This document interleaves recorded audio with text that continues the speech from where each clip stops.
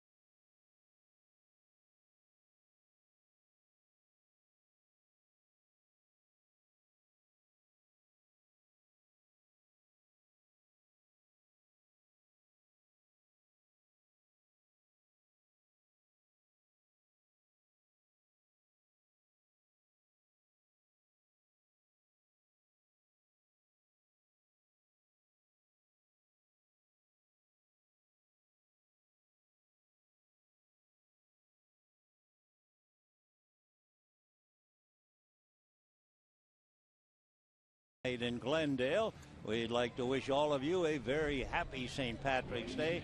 The old expression, everybody is Irish tonight. And for the Dodgers, they take the field wearing their green jerseys. And before they did, one of the greatest Dodgers of them all threw out the first pitch. We're talking about the only man who was Rookie of the Year, Cy Young Award winner, and the most valuable player, Don Newcomb. And his closest friend amongst the players would be Matt Kemp. And Matt bedecked in green as they both walk off the field, and we await the start of a Giant Dodger battle. The Giants have won 11. They're 11-4, and the Dodgers are 8-3 in the spring. And here's the Giant lineup. Gregor Blanco in center field. Couple of Brandons. Brandon Crawford at short. Brandon Belt in left field. Brett Hill at first base. Hector Sanchez behind the plate. Emmanuel Burris at second base. Justin Christian will be in right field. Connor Gillespie is at third base. And Brian Burris on the mound. For the Dodgers, trying to catch the Giants in spring training. And Big Aaron getting ready. He is 6'7" and 261. But when you go through Aaron Harang's background, you notice that he has certainly had a lot of trouble with his weight. It has gone up and down over the years, going all the way back, let's say, to 2002 to 3. He lost about 20 pounds. In 2004, he lost 15. Each year, it seems, you hear he's lost more. 17 pounds, 2007. Somewhere between 20 and 25 pounds, 2009. So Aaron Harang, born, lives in San Diego, ready to put that work to work. And here is Gregor Blanco, who takes the strike. The Giant outfield last year was pretty much of a disaster, even though they did have Carlos Beltran for a little work. But their offense was really poor. Blanco takes low. So Blanco, Pagan, Melky Cabrera, they're all looking to get in there. You know, the Giants officially were in contention until the final week last year. That's when Buster Posey, of course, had been out for a long time, and everybody seemed to be hurt in the Giant lineup. So the door is wide open for the outfield as Blanco waits on a 1-2 count. The Giants, with all of their troubles, really soured in the month of August. They were 11-18 in August, even though they did make the deal the end of July with Carlos Beltran. The pitching remains a Giant strength with Lincecum and Kane and Bumgarner, and we may see Brian Burris. We'll tell you why it's such an important start for him tonight. Meanwhile, Harang has gone 3-2. A breezy night. We know how bad the weather has been in Los Angeles. They tell us the high in temperature with the wind coming out of the west will be reasonably comfortable tonight. But tomorrow the high is projected to be about 57 degrees. The Giants also last year just could not hit in the clutch. In fact, with 2 outs and runners in scoring position last year, the Giants hit 173. That would be the lowest average for a big league team in over 30 years since they were keeping data in such situations. So that's Bochy's #1 start. Get some offense. He is light in spirit because he has Buster Posey back. He has Freddie Sanchez back. The pitch of the plate, a high chopper up the middle that'll find its way through into center field. So Blanco, who leads in spring training with stolen bases, he has 6 of them, opens up with a chopper up the middle for a base hit to center field. We can take a look at the Dodgers defensively, and they stack up this way with James Loney and Ivan DeJesus, Luis Cruz at shortstop, Justin Sellers at third. The outfield, Juan Rivera, Matt Kemp, Jerry Sands, Matt Trainer behind the plate. So Blanco at first, that'll put some pressure on Harang. And now Brandon Crawford, who played with the Giants last year, slick fielding shortstop without a doubt. Crawford takes a little high, ball 1. 1-0 the count to Brandon. Brandon Crawford's from Mountain View, California, lives in Pleasanton. He's certainly big enough, 6'2" and about 215. Played 60 some odd games for the Giants last year. Harang watching and off the rubber. Blanco, of course, has the reputation of being a speedster, and it is very much on display in this spring training. Giants as a team have stolen 21 bases this spring, so it's a different looking Giant ball club without a doubt. 1-1 the count. Crawford checking to see whether Bochy wants to put a play on. By the way, the big news out of the Giant camp has to do with Bruce Bochy, as Blanco takes the lead, held on by Loney. Bochy has been chewing tobacco for 36 years. He has stopped. He has given it up. A tough battle with himself, and actually he paid one visit to a woman therapist here in Scottsdale, and in a 3-hour situation that he thought lasted about a half hour, she convinced him, and he gave up a habit of 36 years. Major League Baseball has endured chewing tobacco for a long time, and they have decided to do something about it. Number one, it's banned, has been banned for years from the minor leagues, but the big leagues were a little slower. But now they have some pretty stringent rules. That's off the plate. You cannot be on television chewing tobacco. In other words, if they're going to interview you, you have to take it out and get rid of it. You can't carry that round tin in your hip pocket that almost looked like it was part of the equipment. Not allowed to do that anymore. Once upon a time, chewing tobacco companies gave it away free. Well, there goes Blanco on a high throw. He has stolen it. No surprise there. He's a rabbit, and he's wearing the number of stolen bases as he takes that one on Harang and Matt Trainer. 7 stolen bases as Blanco takes a look back, which makes you think it was a busted hit-and-run play. And with his speed, he's able to make it anyway. So with Blanco, a base hit up the middle, a stolen base, and a 3-2 count to Brandon Crawford. Aaron Harang had 2 big years back-to-back. Big guy delivers. He won 16 games for the Reds in 2005. And he came right back and did it again. Then last year with the Padres, he was 14-7. He's an artist. He studied and came up with graphic design at San Diego State. 3-2 the count to Brandon Crawford, and that's going to go down the left field line foul. He was jammed, cracked the bat, so he'll have to get another. So we can tell you a little bit more about Aaron Harang. He majored in graphic design. His favorite show, Miami Ink., which was about tattoos. Not that he has any, he does not, but anything to do with graphic design, and Harang is right there. He remembers being a San Diego boy, going to old Qualcomm Stadium and seeing the Padres as a kid.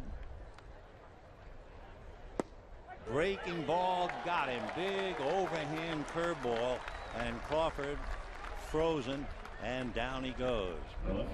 In looking at Aaron Harang's stuff, you just see this big slow breaking ball for the strike.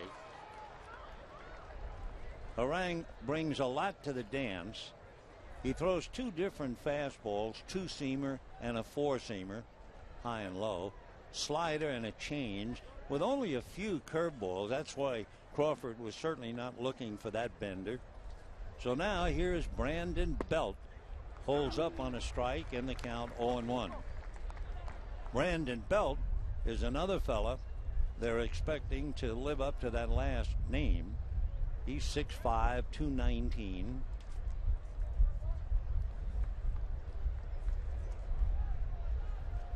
Belt from Nacogdoches in Texas.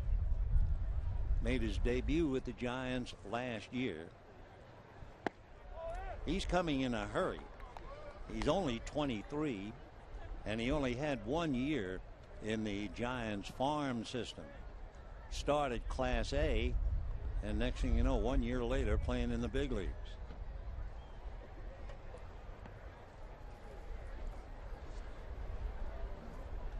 One and one. Lifted to left field. Playable perhaps. Going back as Rivera. The wind is playing with it and blows it out. The wind blowing out of the west, which means from the right field corner, slanting to left. And what should have been just a routine fly ball is a wind-blown home run. And just like that, the Giants take a 2-0 lead. The Dodger fans are booing as if it's illegal to hit one out, helped by the wind. Tough on Harang, very tough on Rivera. He thought he had to play all the way, and then all of a sudden it was just gone with the wind. So 2-0 Giants. And now Brett Pill checking in. Brett Pill, another big boy. He's 6'4", 225.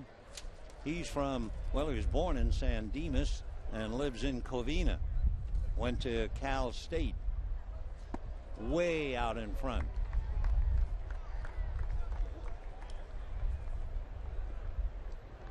Brett Pill is 27. Spent 5 years as a pro and then made his debut with the Giants last year.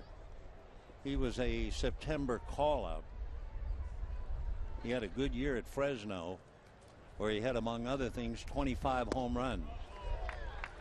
Kind of a big, hard swinger.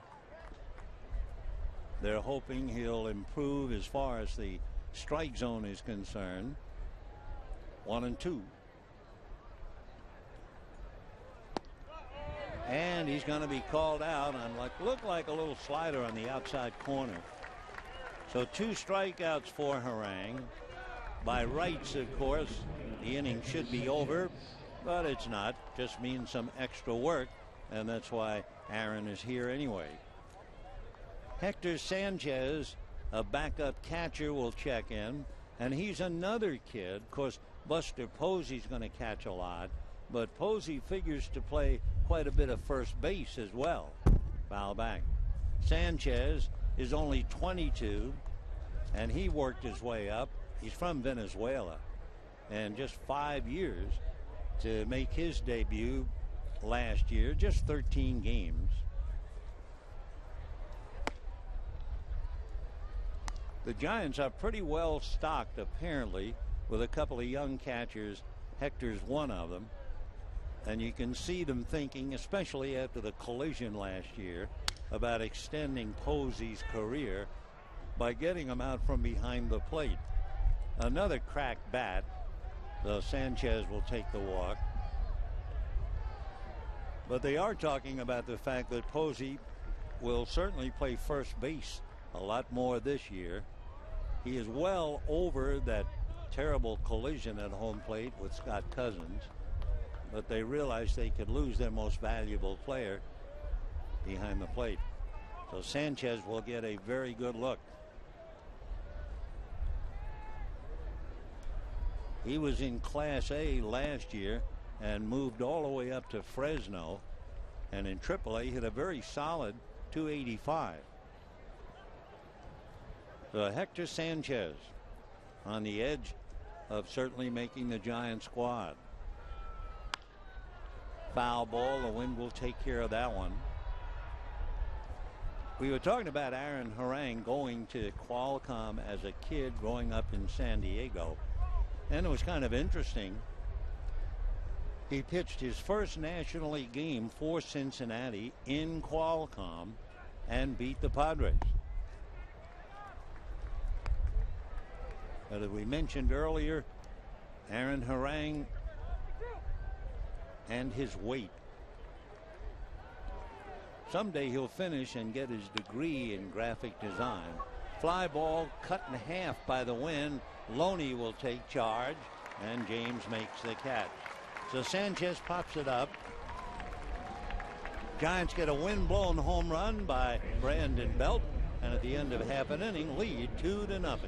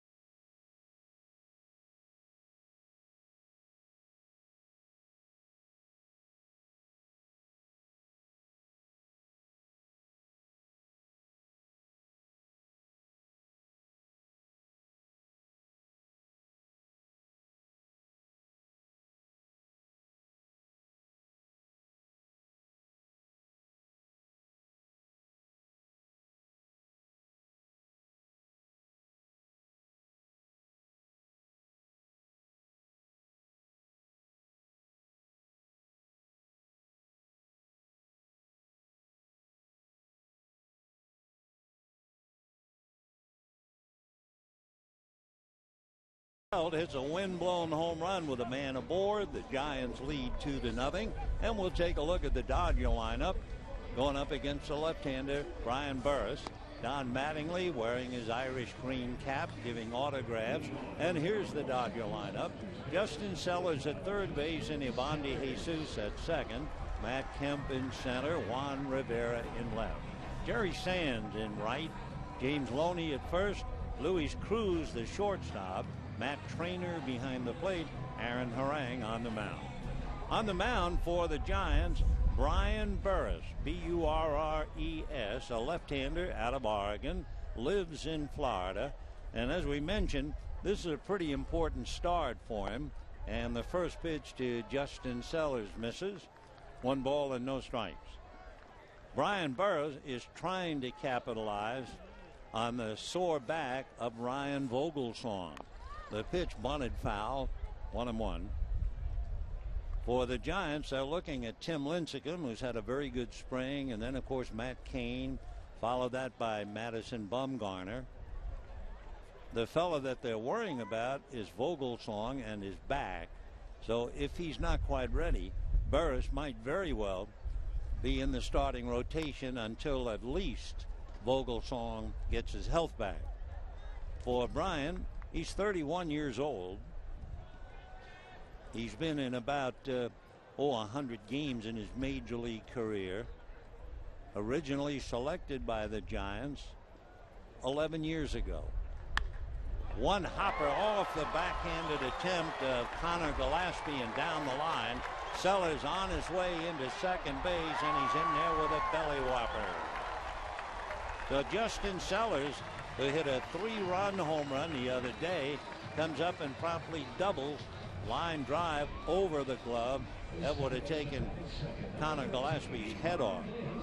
So let's take a look at the Giants defensively, and they shape up with Brad Pill. Then you have Emmanuel Burris, Brandon Crawford, and Connor Gillespie.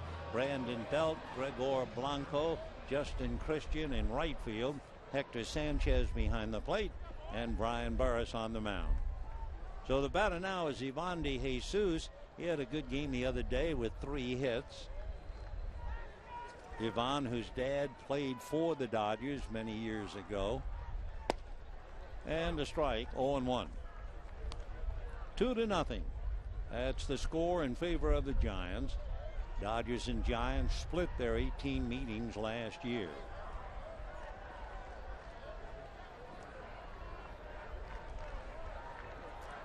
Ivan De Jesus trying to advance Sellers from second base. Outfield split with the gap in left center, and the breaking ball is low. For De Jesus, he saw his first major league action 3 different times with the Dodgers. He was on the opening day roster. He had hit .317 in the spring. Made his debut April 1 last year against the Giants. Little roll at a third. Gillespie has to come to get it. Throws him out. Ball hit ahead of him. Sellers holds at second base. And we have 1 away. And the batter will be Matt Kemp. Well, what is there to be said about Matt Kemp that has not been said after that magnificent year last year? Maybe Matt said it all with an air of exuberance and talking about this year. He talked about going 50-50. 50 stolen bases, 50 home runs. Well, to put it very simply, no one in the history of the game has gone 50-50. Matt setting his goals high. And we'll see what he does with Sellers at second. 1 out, 2-0 in favor of the Giants. You may remember the name Burris. He pitched briefly with the Pirates last year, but he doesn't have that much experience. 31 years old.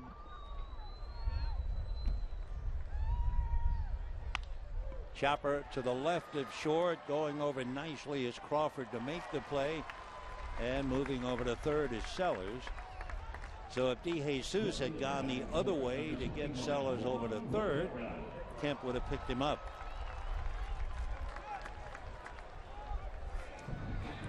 So with a runner at third and 2 down, the batter is Juan Rivera. Rivera figures to play a lot of left field against all the right-hand pitching, occasionally being spelled. Put up some good numbers for the Dodgers last year. 1 ball and no strikes. One of the things that Rivera did last year, which really endeared him to the Dodgers, we were talking about the Giants and how they were unable to pick up runners with 2 outs in scoring position. Well, with runners in scoring position, Rivera hit .344, and he's going to pick up another one with that long fly ball single to left field. So Sellers brings it in. Rivera continues to pick runners up, and the Dodgers cut the lead now. Giants 2 and the Dodgers 1.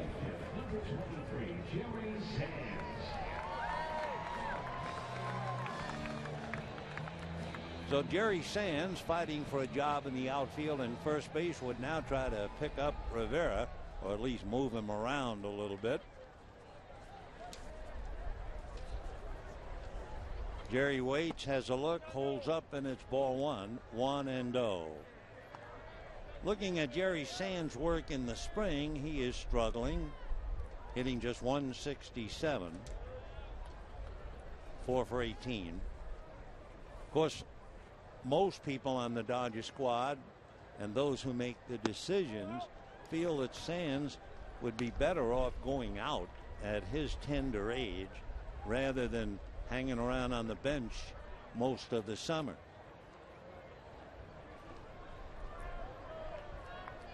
He was 24 the last game the Dodgers played last year, September 28th. And looking what Jerry Sands did last year, he came up just in his 4th professional season. Made his debut in April, wound up hitting .253. In 40 some odd games and fouls that away. What they did with Jerry Sands, and they know he's a fine young outfielder, they moved him around.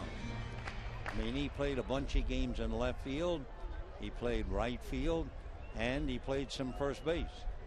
And if he's with the team, could wind up playing some first base against some of the tough left-handers in the league if Loney sits down. 2-1 in favor of the Giants. Bottom of the first inning from Camelback Ranch. You're watching Camelback Vision, by the way. 2-2 the count. Little slider fouled away. Burris does not throw hard like most left-handers. Reasonably good fastball in the high 80s, but a lot of movement on his pitches. Breaking balls, sliders.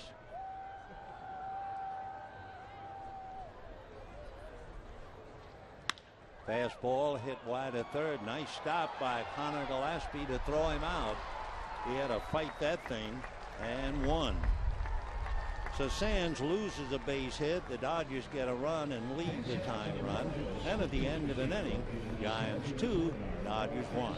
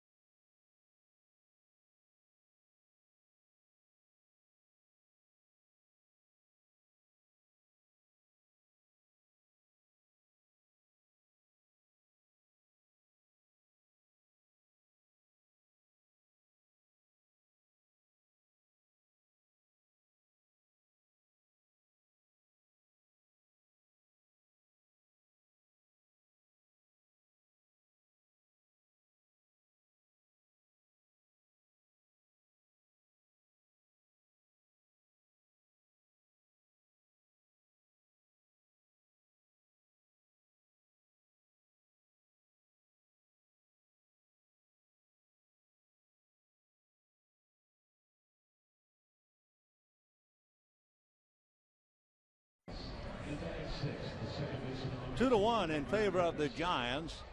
There was a song sung by Danny Kaye about the oboe and ill wind that no one blows good. Well, the wind that we have tonight isn't blowing very good or well for Aaron Harang. It's also hurting our cameras a little bit.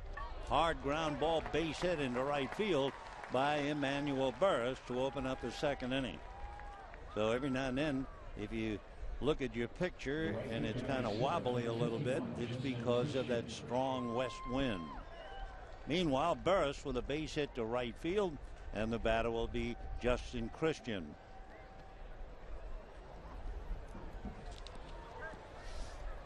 Aaron Harang gave up a base hit to Blanco and the wind-blown home run by Brandon Belt. This would be his third start as he works on Justin Christian, and he has to watch Emmanuel Burris. Giants have now stolen 22 this spring.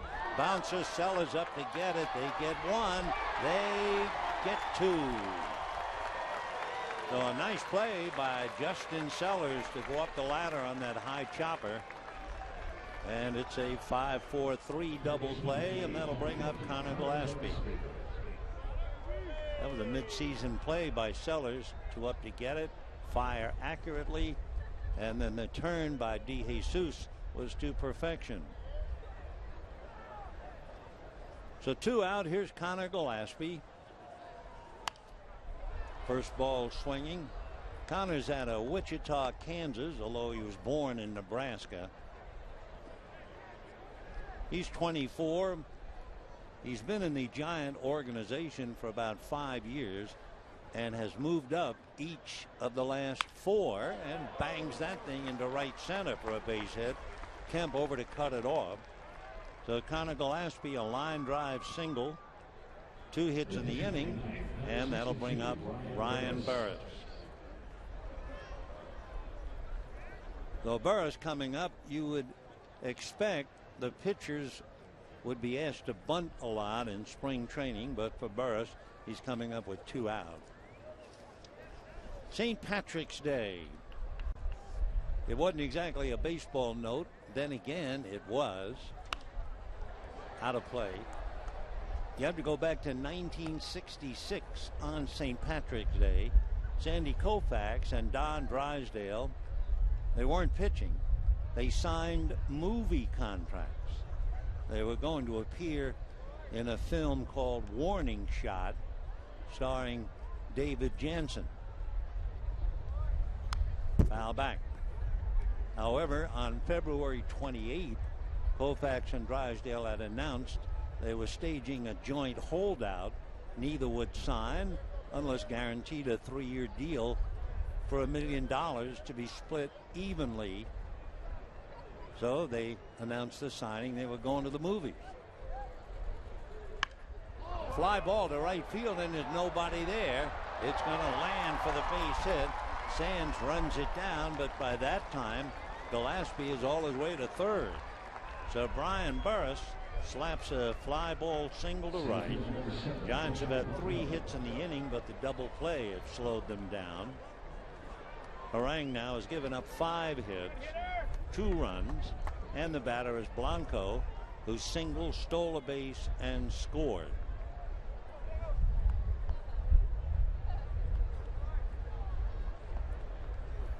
Anyway, with the Drysdale Koufax holdout, it was finally settled March the 30th.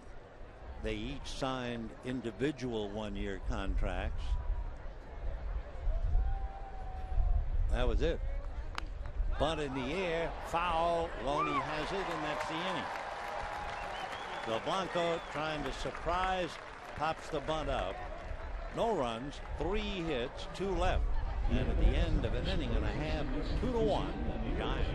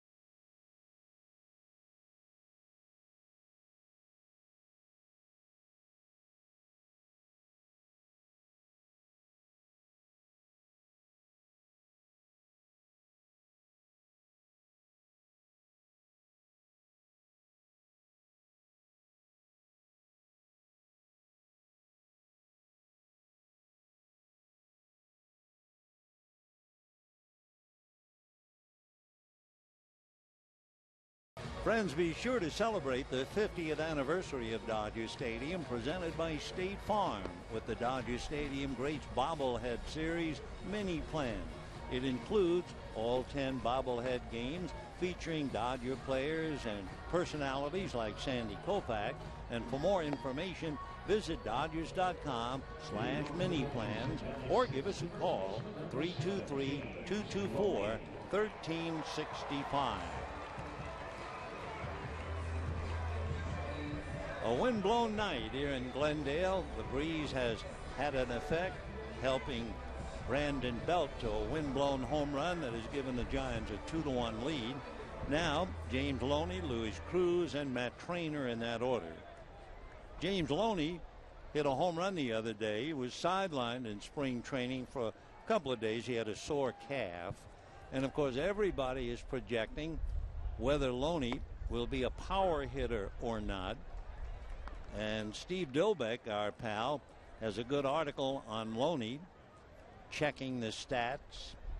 The most home runs Loney has hit, 15. That was way back in 2007. And the next 4 years in a row, he averaged 12 home runs. So what Steve did, he went to check with Bill James online, and Dave Fleming had an interesting idea. He decided to say, can I find a parallel player to Loney, who at the same age, general time in the majors, and previous output, suddenly became a slugger? Well, he went back to 1953, and the player he found was big Ted Kluszewski. Klu, the second half, he was 27 years old, hit 40 home runs at 28, and led the National League in home runs with 49. Loney doesn't hit a home run, but he hits a bullet into right field for a base hit. So he's had a very, very solid spring. So Loney, the tying run, that is hit number 3 against the left-hander Brian Burris, as Loney slapped it just by the diving Brad Pill. And the batter will be Luis Cruz. Luis Cruz, shortstop, and of course, as a non-roster invitee, he is really a long shot making the ball club. Shortstop job certainly belongs to D. Gordon. Gordon, by the way, experienced, well, he's been trying to change a little bit. Gordon, as you know, go heads first when he slides into second and third. The other day, he decided to try to slide feet first and dodge injury and extend his career, but he was thrown out trying to steal feet first, and he said, I'm not going to do that again. I'm going to do whatever is natural, which appears to be head first. And of course, for D. Gordon at 155 pounds, he's going to be carrying a lot of weight on his shoulders during the long year. Cruz, he's a big boy. He's 6'1", 210. Ground ball smothered by Burris, and they get the out. Nice play. So Cruz goes the other way, hits back of Loney, and with one away, Matt Trainer coming up. As far as the Dodgers are concerned, besides talking about James Loney and spring training and the fact that Gordon tried to slide feet first, Ted Lilly looks exceptionally sharp, except in one area. He's troubled by his inability to bunt properly, so he's been working on that. The Dodger bullpen is open a little bit. That certainly figures to be a strong point for the Dodgers. However, they have a couple of concerns. You know, Blake Hawksworth had arm surgery, so he's going to be out for a while. Ronald Belisario, who's done very well in spring training, but he's going to have to ride out a 25-game suspension. And Matt Guerrier, fine right-hander who gets a lot of ground balls. Guerrier has had a very sore back. He hurt his back stretching his legs, and he's been sidelined. So there's a little bit of concern on what should be a strong suit. Meanwhile, it's 2-1 in favor of the Giants. Bottom of the second inning, 1 out. Don Mattingly studying his ball club, feeling pretty good about it. Trey Hillman right there with him. I think also it's only natural for Mattingly to feel better about Mattingly. He's been through the wars now. It's his second year.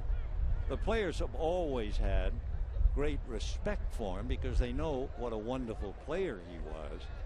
But now, and you use the term with extra thought, they have learned to really love him. Line foul down the line.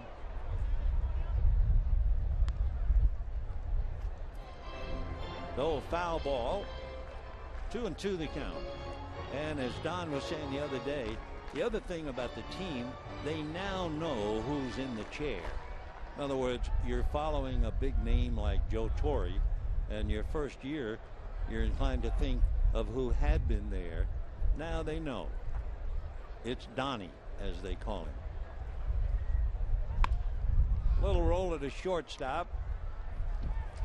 That moves the runner over, so the Dodgers now have the tying run at third in Loney with 2 out, and Aaron Harang coming up.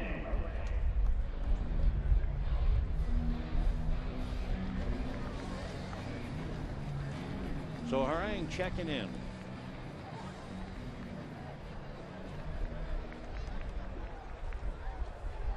A couple of years ago, and we talk about the fact that Aaron has always been fighting his weight. After all, he is 6'7". So a few years ago, he took up riding a mountain bike on the roads near his home in San Diego.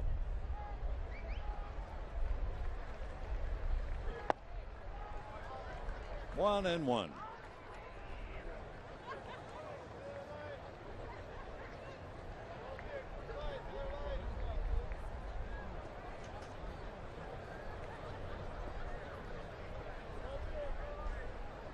Two to one in favor of the Giants. That's off the plate. 2 balls and 1 strike to Harang. You have Loney down the line from third. Single sharply to right field. He's had a very good spring.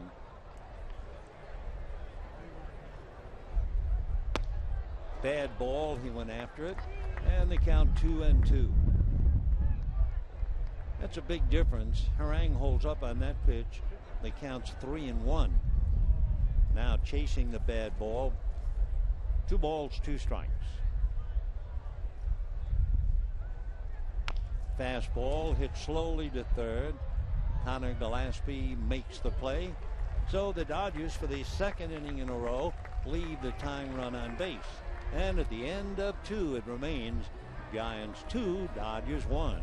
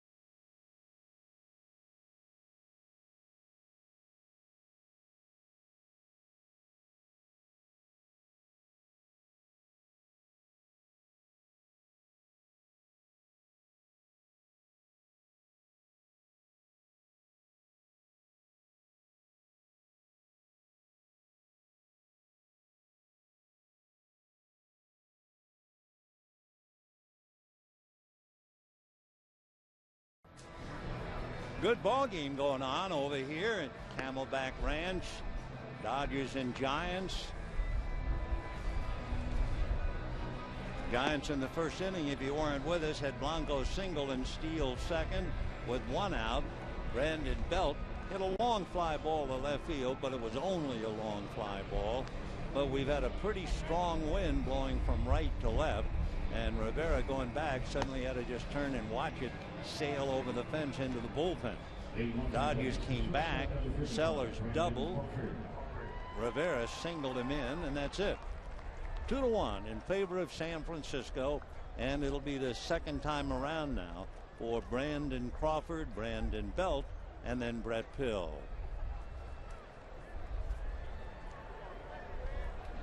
Crawford struck out in the first inning after Blanco had singled and stolen second. Crawford is a defensive whiz, but like so many infielders, it's a question of will he hit. One thing about him, he's only the 6th player in Major League history to hit a grand slam in his first big league game. Brandon went to school at UCLA, and he was picked up in the 4th round. This will be the 3rd time he's in camp with the Giants. Hard ground foul down the line. Brandon last year played 66 games with the Giants, but he didn't hit. He hit only .204. They know he can play with the glove, and he hit enough to be the regular shortstop. In the dirt. Nice save by Matt Trainer. 2-2 the count. So Brandon Crawford, 25 years old, 6'2", about 215. As far as the Giants are concerned, we told you that they're very optimistic now that they have a healthy Buster Posey. They're going to have a very healthy Freddie Sanchez, whom they lost. Sanchez, who was so banged up, bad shoulder, had surgery. They lost him, but now he's back, and that makes them feel much more optimistic. Well, Crawford puzzled and strikes out a second time. So one away in the 3rd. That would be the 3rd strikeout for Aaron Harang, and bring up Brandon Belt.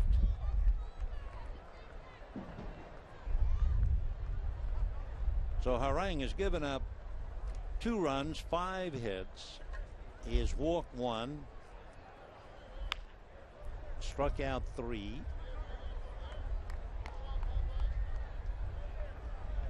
Quickly out in front on Belt, who hit that home run to left field thanks to the wind. And the wind still has the flags just about at right angles to the poles out there in left center. There it is. Coming out of the west, coming, I'm sure, directly from Los Angeles. Whether it brings rain is another story.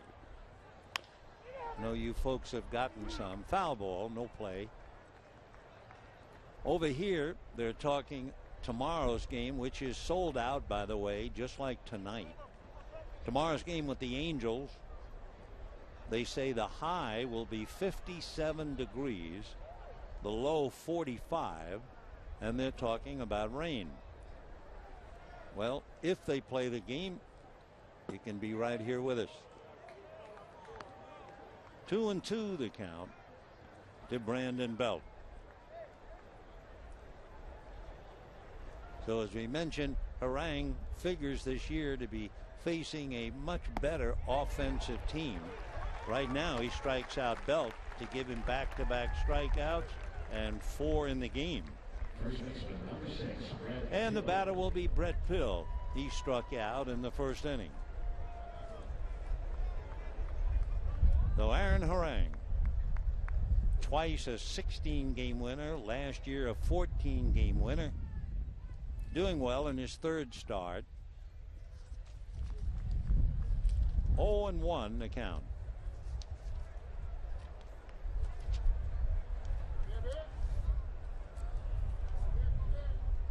Pill with Hector Sanchez hitting back of him. And promptly loops one into right field for a base hit. Sands is up with it. So Pill, a 2-out single to right field. And the batter will be Hector Sanchez. The catcher popped up to James Loney.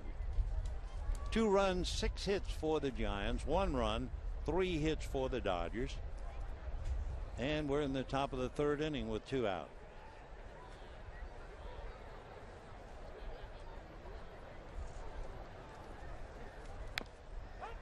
Foul ball on the foot. 0-1 the count to Hector Sanchez, wearing a shin guard, and I think it got him perhaps in the instep. So he's not ready, not yet.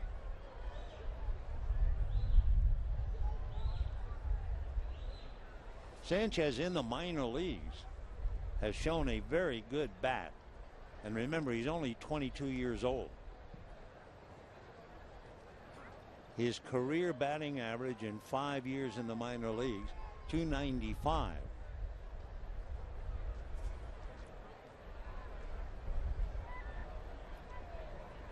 Hector not quite ready. 0-1 the count to the boy from Venezuela, from Maracay. Dodgers have been burned in the 1st inning by Blanco, who stole. Giants are running. They have 22 stolen bases in spring training.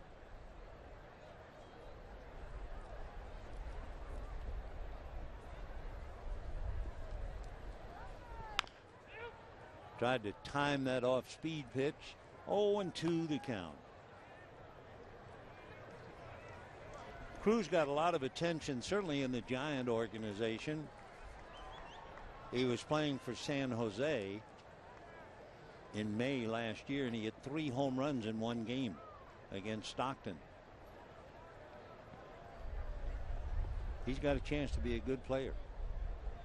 And a switch hitting catcher comes rich on the market. 1-2 the count.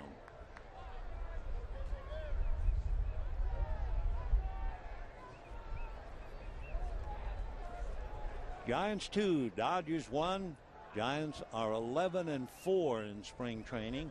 Dodgers 8-3.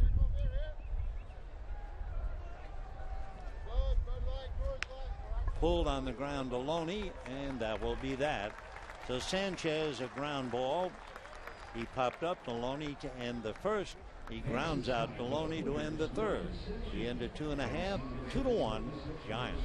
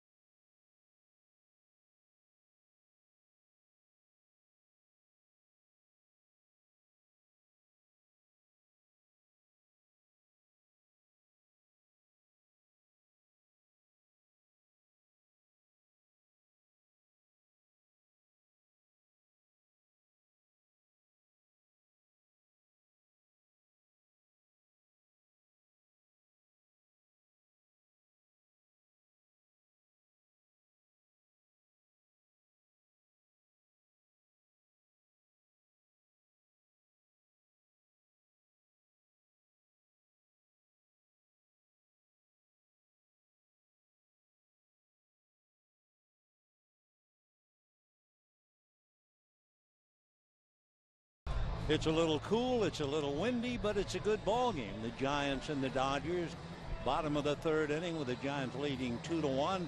A single by Blanco, a wind-blown home run by Belt, and then the Dodgers came back, a double by Sellers, and Rivera's single picked him up. So we go to the bottom of the third, and it'll be the top of the order, Justin Sellers, Ivan De Jesus, and then Matt Kemp against the left-hander, Brian Burris. Burris has done well. He has given up a couple of hits, 1 run, and going into his third inning. And as we said, if Ryan Vogelsong's back is still not quite 100%, Burris might very well find himself on the ball club come opening day.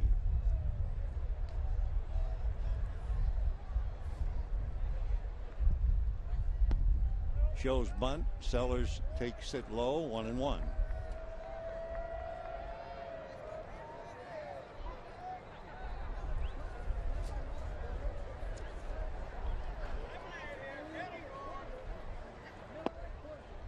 That wrinkles in there.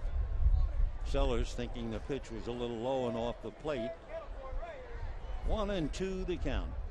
Mike Mulchinski is the plate umpire with Bob Davidson and Flynn Fagan on the lines. 2-2 the count.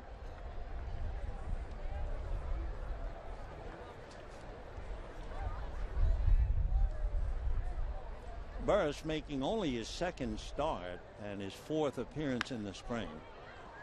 Big bouncer to shortstop. On it there is Crawford to make the play. And we have 1 out here in the third inning. The second baseman, number 13, Ivan De Jesus. So for Brian Burris, this is an important night to impress. He did make his other start back on the 4th of March against Arizona. Worked a scoreless inning. So in his 4 spring appearances, he came in here with an ERA of 1.8. So he's gotten some attention. 1 away. Here's Ivan De Jesus. Takes a strike, 0-1. He is either not superstitious at all or very superstitious, wearing number 13.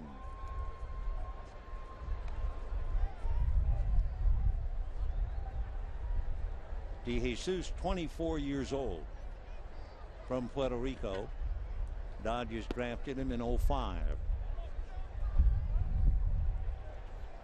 Ivan, I think, about the same size as his dad, 5'11", right under the 200-pound mark.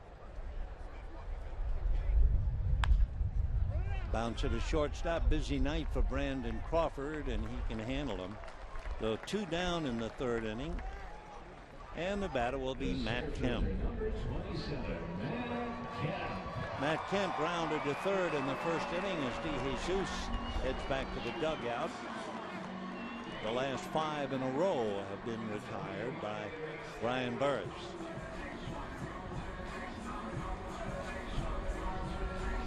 Giants held to 2 runs, and remember, it was the wind-blown home run.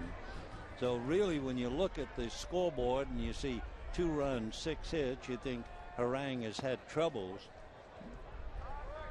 He has not had troubles, and he's facing a team that entered the game tonight leading all National League teams with a .299 batting average and 98 runs scored and 21 home runs and 22 stolen bases. So the Giants, who might very well have won the division except for all the injuries last year, and especially the one to Posey, they were very much into contention, soured in August, and finally came up short in September. So with the Giants figuring to be dramatically improved, the Dodgers adding some newcomers like Harang and Capuano, it figures they'll put a lot of heat on Arizona. 2-2 the count. Arizona has had an unspectacular spring so far. I think they won 5 games. Slow roller cutting in front of Crawford is the high throw coming from Gillespie. And so Matt Kemp is aboard on a chopper wide of third. The play should have been made. So Gillespie, when you throw on the run, the chances are you're going to release the ball high. And that's exactly what happened. Here's Gillespie throwing, and it sailed on him and went off the glove of Pill. So actually, you'd expect the first baseman to hold on to it. They'll give Gillespie a throwing error, I'm sure. And with Matt Kemp aboard, Juan Rivera coming up. So error to Connor Gillespie. Juan Rivera single to left field to drive in a run. He was just marvelous last year, hitting with runners in scoring position, and he immediately did it again. Line drive single to cash in Sellers.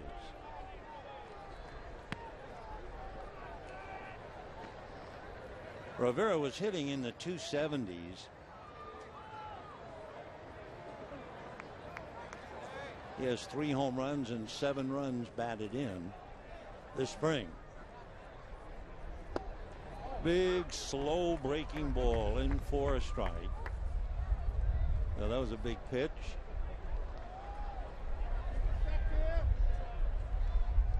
Burris burned by the fastball to Rivera in the first inning. Kind of surprised him with that rainbow curve. 1-1.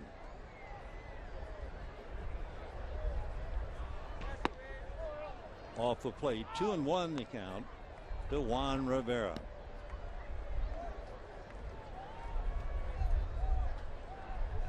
Rivera will be 34 in July. Dodgers, remember, got him from the Toronto Blue Jays. That's off the plate. 3-1. Last year in that short time with the Dodgers, he had 5 home runs, a slugging percentage of better than .400, and over 62 games, he had 40 some odd RBIs. 3-2 to Juan Rivera with Jerry Sands on deck. Rivera played a lot when you realize he was with the Dodgers for 62 games and he started in 58 of them. And they moved him around. He played left field, right field, first base. Though another handy guy to have around. 3-2.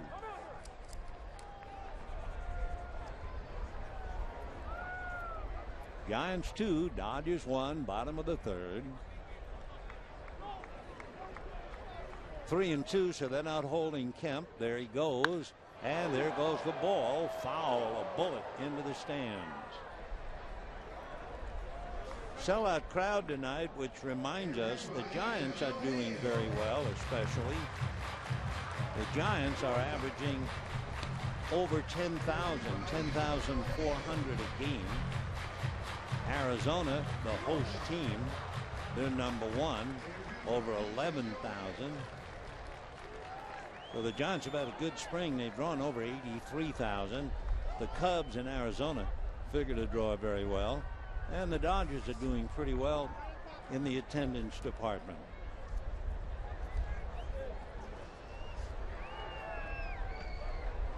Three and two. So Kemp, who is going back to first. Brett Pill not holding. Rivera has to be looking fastball. 3-2 with Kemp going. But we'll see what the left-hander does. And now he doesn't do anything. He's going to talk to Hector Sanchez.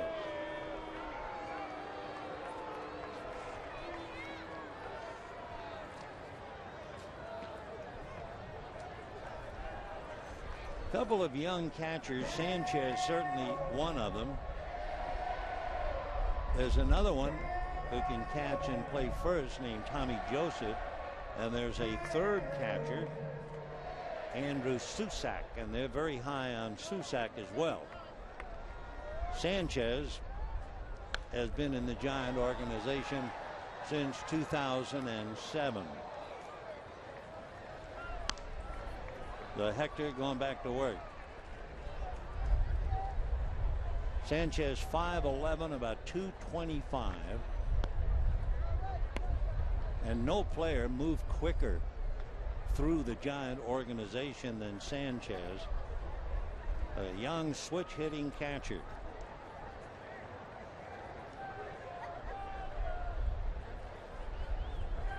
There goes Kemp, and the ball fouled away again.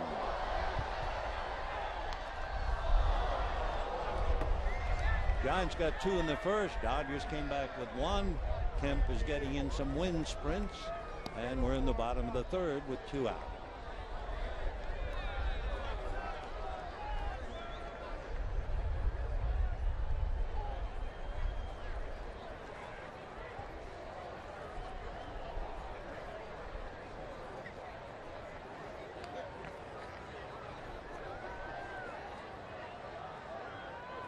Jerry Sands waiting on deck.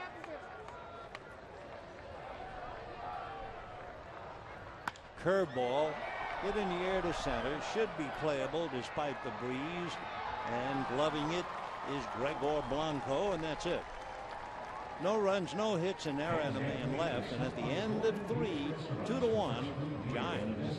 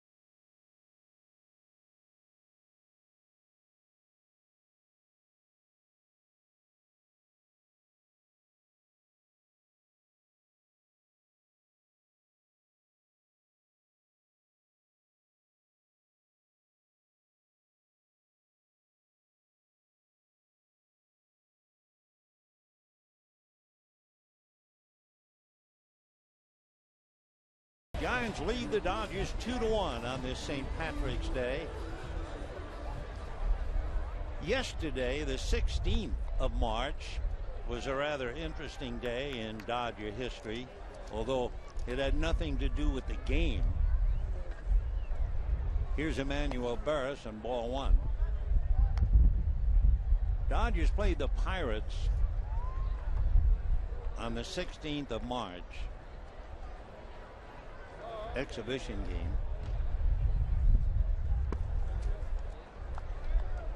2-0 the count. And eventually, after playing the Pirates, they played them again during the regular season in May. And that's a day that's a standout in history. Ground ball to the left to short. Oh, a nice pick by Luis Cruz to make the play. Nice play indeed. Young shortstop takes a hit away from Burris, and the batter now will be Justin Christian.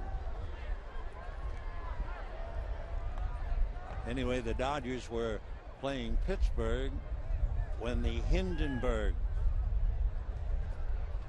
the huge dirigible that left Germany and was going to land in New Jersey. And the Hindenburg, if you've read your history books, exploded.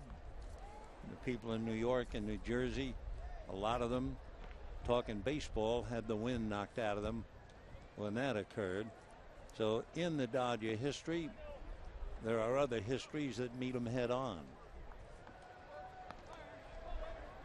2-1 in favor of the Giants.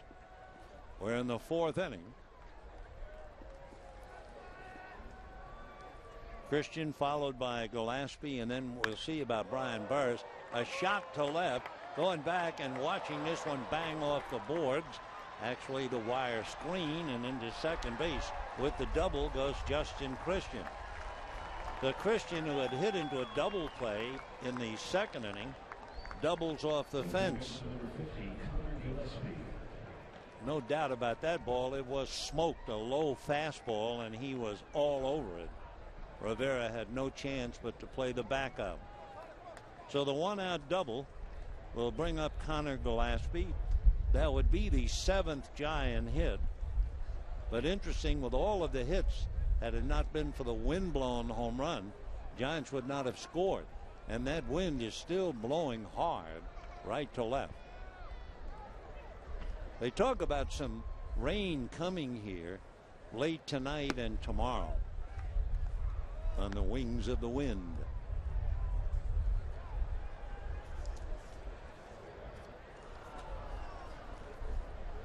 Two to one in favor of the Giants. Fourth inning. Gillespie at the plate, single to center in the second inning. That's a strike. Connor also charged with that high throw for an error on the ball hit by Kim.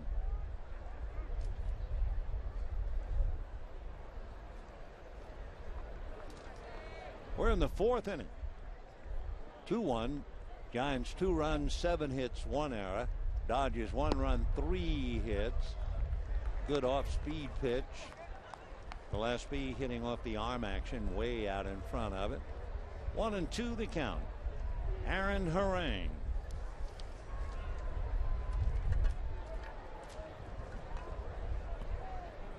Harang is due to be backed up by maybe 4 pitchers tonight. Ground ball up the middle, smothered at second base, and the out at first. Wonderful play by Ivan De Jesus. So taking third on that dazzling play is Christian, but what a play by Ivan De Jesus. That not only takes a hit away from Gillespie, it takes a run batted in from Gillespie and a run from the Giants.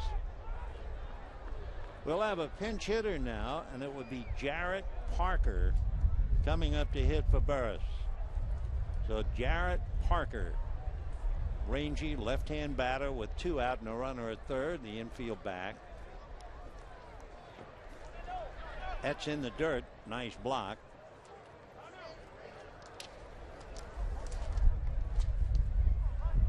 One ball and no strikes.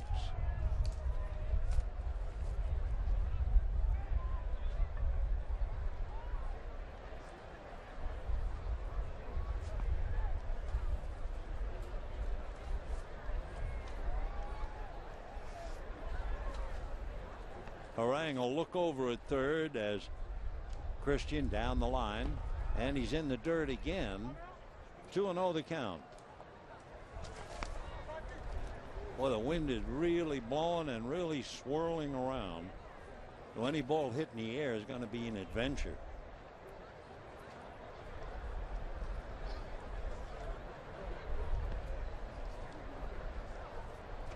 Jarrett Parker hitting a fly ball in that wind. It's blowing it away to the glove of Juan Rivera. Rivera, for the split second, forgot how many outs there were, but he got a room service fly ball, and it's a lazy third out. The Giants leave a runner at third, but continue to lead in the game 2-1.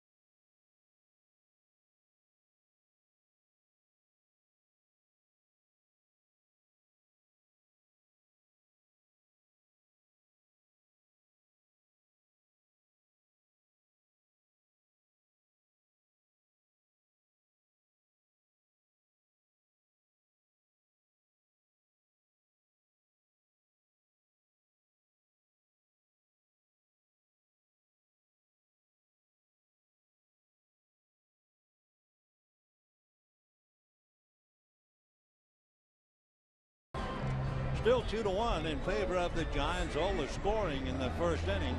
The big home run aided by the wind for Brandon Belt with a man aboard. Dodgers picked up a run on a Sellers double and a single by Juan Rivera.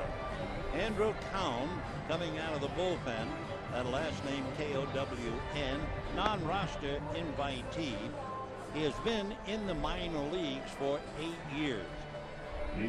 This is the second straight season that he has a chance to try and make the ball club. He signed a minor league free agent deal in December of last year. In those years in the minor leagues, he's a break-even 58 and 58. Pitched for Fresno last year, and this will be his first appearance at a big league training camp after 8 years in the minors. Cowan at 29 from Marietta, Georgia, and he's 6'7", but only 210. 1-1 to count.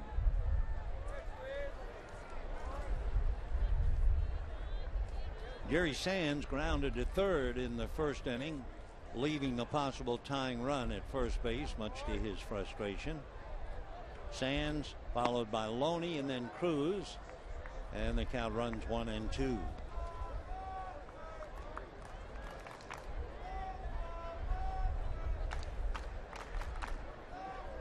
Andrew Cohn, or Cowan, spent 4 years.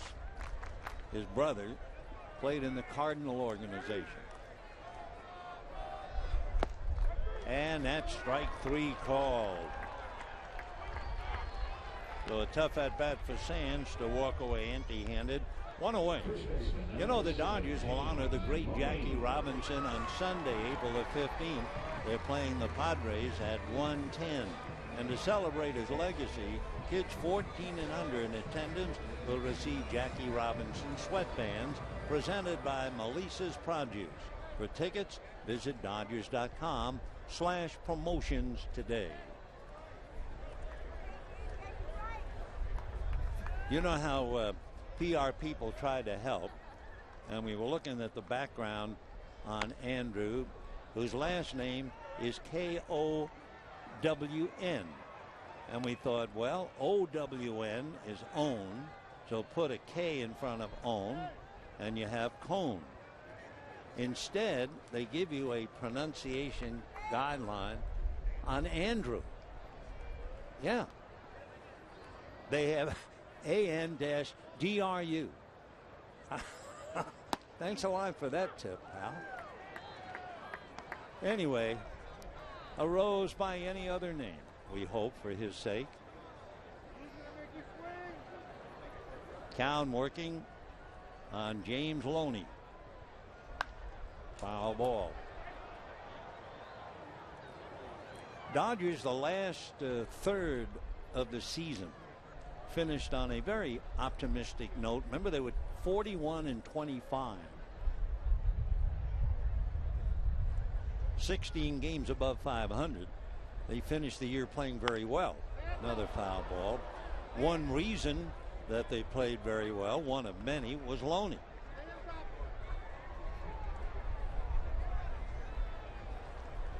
Though the Dodgers trying to tune him up, and he's well aware of it. Don Mattingly has a great deal of faith and really admires Loney's swing, especially this spring. 1-2 to James.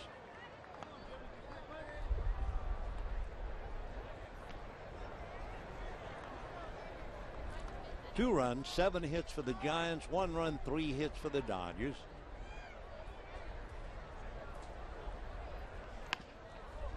In on the hands, just did keep it foul.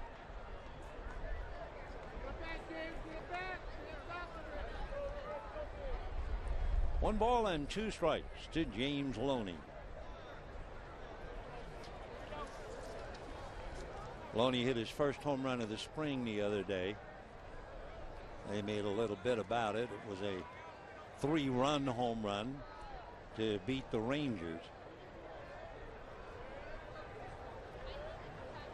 1-2. had to go after a ball that fooled him, and the out easily recorded. James likes the ball down, but not where that was, and he actually went after it and contributed to the out. So we have 2 down in the 4th inning, and the batter will be Luis Cruz.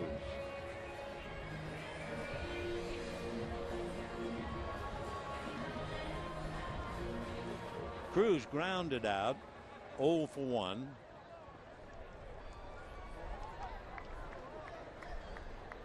Luis from Mexico drives it foul, 0-1 the count.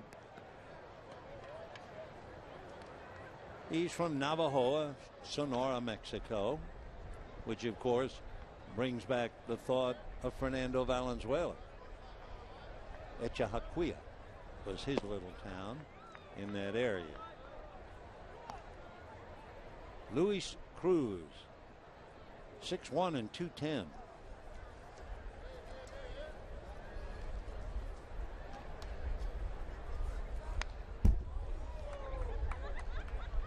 Cruz's middle name is Alfonso, and originally he was signed by the Red Sox. Finally made it to the big leagues with Pittsburgh 4 years ago. Then from Pittsburgh he went to Milwaukee, and now here he is trying to hook on with the Dodgers and back up D. Gordon.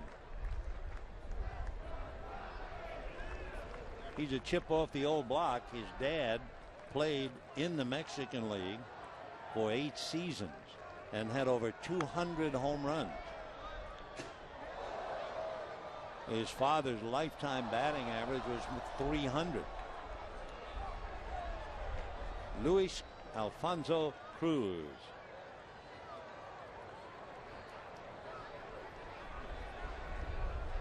(28 years old). 2-2.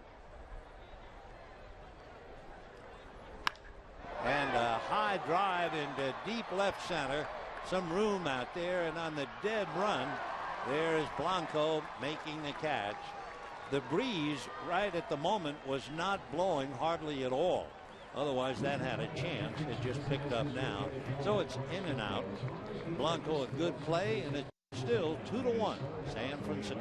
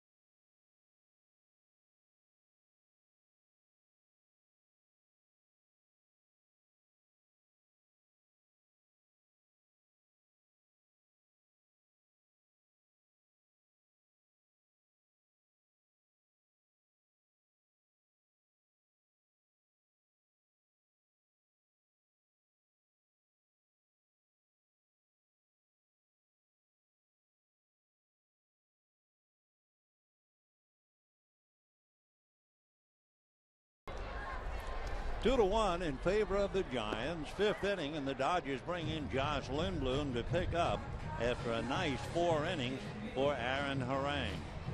Again, it was certainly no excuse. It was a wind-blown home run right out of Chicago. Otherwise, Harang does not give up a run. He did allow 7 hits and the 2 runs. So Josh Lindblom with the ball club last year. had his contract purchased from Chattanooga the end of May. Made his big league debut June 1 against the Rockies, and he was off to his big league career. Picked up a victory against Houston.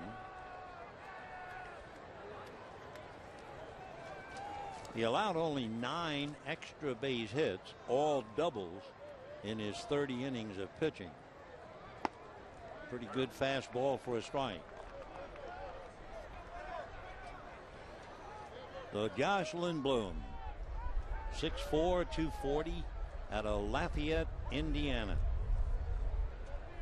Dodgers picked him up in the second round. That's going to go foul in the count, 0-2. Very aggressive swings by Gregor Blanco. Blanco single, stole second, came home on the home run by Belt, and popped up to Loney in the second inning. Gregor, Gregor, first name, from Caracas in Venezuela. He's appeared briefly in a few games with Atlanta and Kansas City. In fact, the Atlanta Braves signed him first.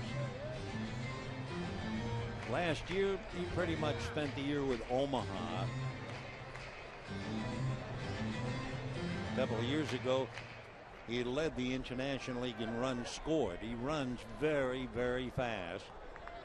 As far as spring training, he leads major leaguers, the last we heard, with 7 stolen bases. 1-2. Of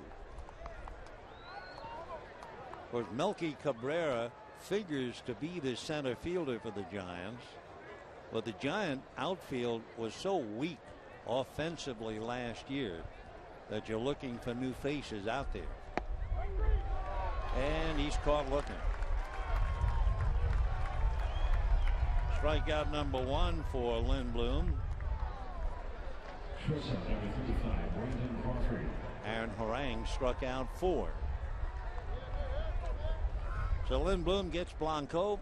Now Crawford, who has struck out twice. Brandon struck out in the first and in the third. Rolls it to Loney. Bad hop, but James stays with it. And we have 2 out here in the 5th inning. The Dodger pitching plans for tonight's game. Lindblom figured to come in for Harang, but they're also talking about Jamie Wright, Ramon Troncoso, and a left-hander Matt Chico. Now, Rick Honeycutt, sitting alongside of Don Mattingly, would be very interested in Troncoso. Remember, we talked earlier about the fact the Dodger bullpen is a little questionable, with Hawksworth down, with Guerrier's sore back, with Belisario out for the first 25 games. So Troncoso is another fella trying to take advantage of a situation, just like Brian Burris, who started the game for the Giants, is trying to take advantage of the Ryan Vogelsong situation. Belt had that home run to left field and struck out.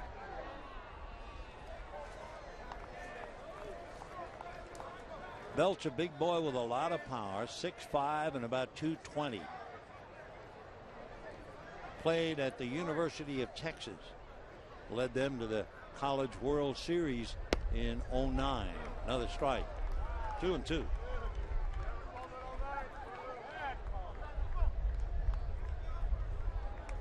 Last year he was the Giants' top prospect, and he was on the club opening day, but then went down to the minors, and he was up and down 6 different times. Loney will backhand, take it to the bag. A very nice inning for Josh Lindblom. 2 ground balls and a strikeout, and as Josh walks off at the end of 4½, 2-1 Giants.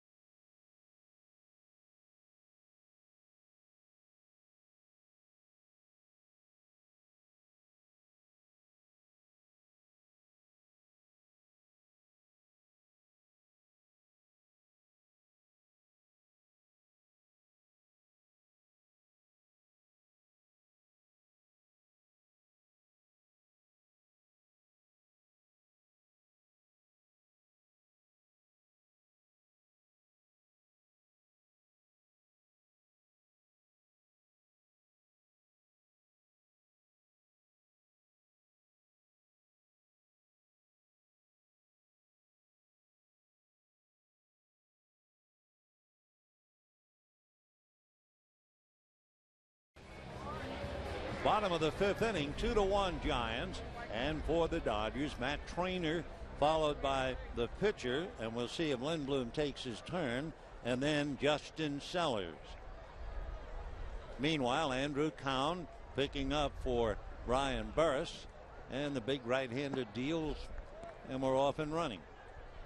Two big pitchers tonight. Harang at 6'7" and maybe 260. Cowan 6'7" and 210. 1-1 to count to Matt Trainer. Matt Trainer, his wife is well known, Misty Trainer. Beach volleyball, magnificent athlete. 2-1. Yeah, Misty's middle name like the month of May, so she would be Misty May Trainer.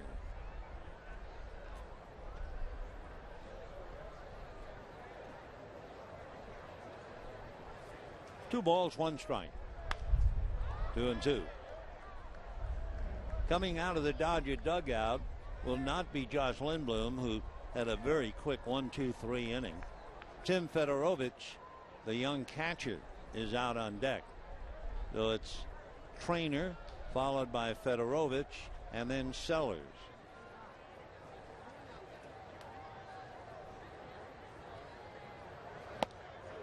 High and in, and Trainer went after it. Down he goes.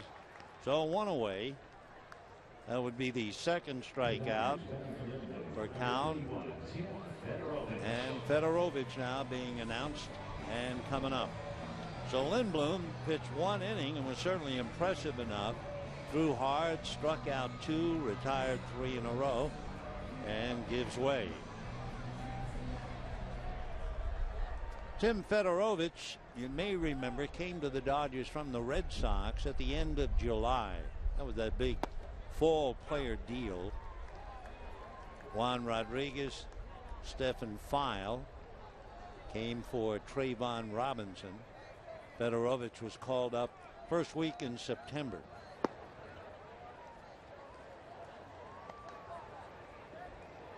One ball and one strike.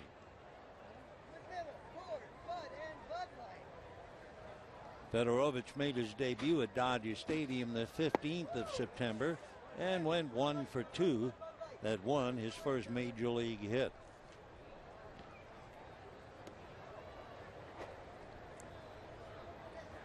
Fedorovich, 5'11", about 200, 24 years old.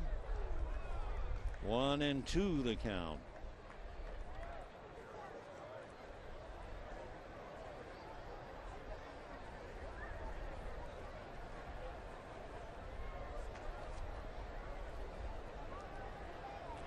Two runs, 7 hits for the Giants, 1 run, 3 hits for the Dodgers. Almost to the screen, overthrowing is Andrew. Of course, for the people sitting and watching the ball game, it's just an exhibition game, but these fellas are battling for jobs. He has 2 strikeouts. And he has 2 strikes on Fedorovich. And whacked into the gap in right center, base hit. Over to cut it off is Justin Christian. So a line drive single into right center by Fedorovich, and that'll bring up Justin Sellers.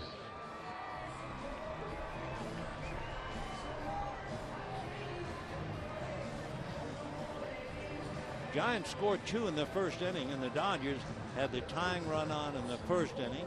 They left Loney at second base in the second inning. They left Kemp at first in the third inning. They've only been retired in order once. That was in the fourth. And now with 1 out, Sellers coming up with Fedorovich at first base. Again, a possible tying run.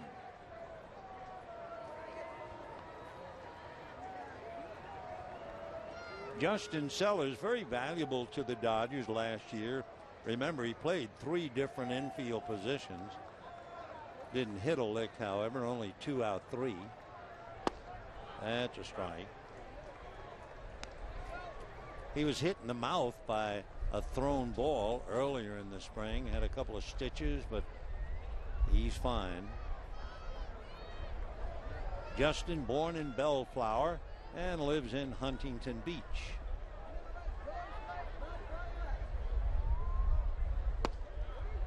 On the corner. 0-2. Sellers doubled sharply to left in the first inning and grounded to short last time up in the third. 2-1 Giants.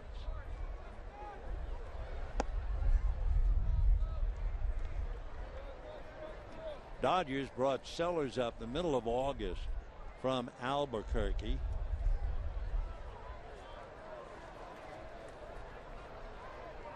In the almost 280 innings that Sellers played last year with the Dodgers, made one error.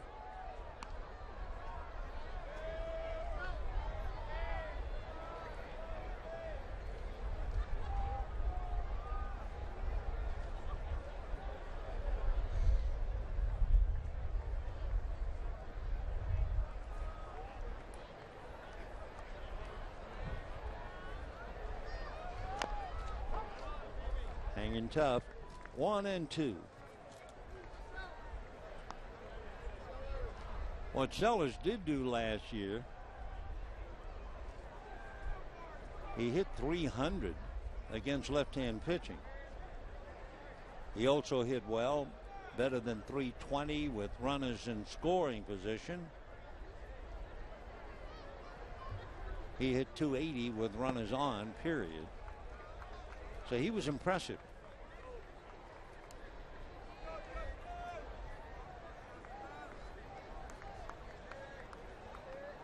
One out, Fedorovich, the tying run at first. It's 2-1 Giants.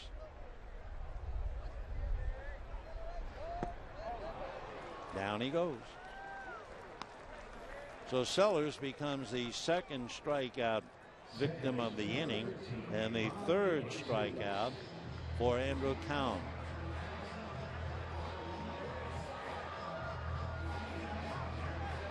Ivan De Jesus, who made a big play on the ball hit by Connor Gillespie in the fourth inning to prevent a run from coming in.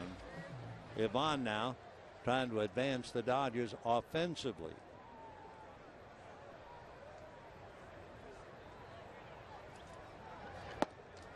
Well, the strong wind, and that's what it was, has dissipated, at least for the moment. It's pretty quiet and peaceful in the ballpark. Flags just stirring a little bit, but nothing like the first inning. 1-0 to Ivan. 1-1.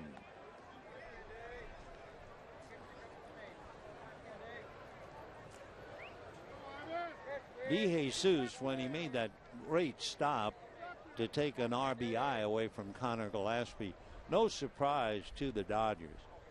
He led all Dodgers second basemen defensively over 200 innings last year, and finished up last year on an optimistic note with Albuquerque. He hit .310.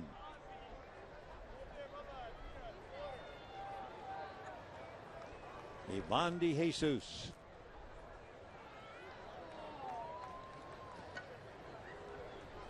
One and two. In the dirt. Nice save back there by Hector Sanchez. He's trying to make the ball club, knowing that when he does, Buster Posey would be the #1 catcher. But on those days, and there could be a lot of them, when Posey is playing first base, Hector would get his chance. 2-2. Ball 3.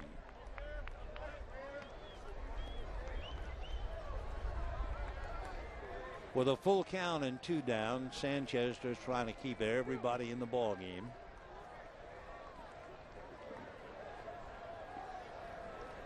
Brian Burris held the Dodgers to 1 run in his 3 innings.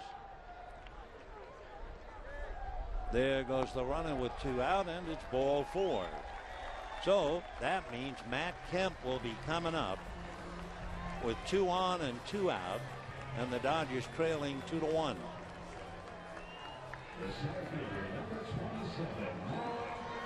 That'll get a bit of a noise out of the crowd. They've been pretty quiet during this pitching duel. Matt Kemp started tonight hitting .273.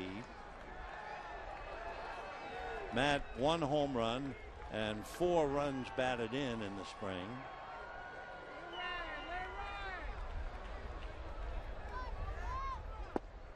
And a strike. So for Cowan, the Giants are very interested in how he reacts in a tough spot against an outstanding player.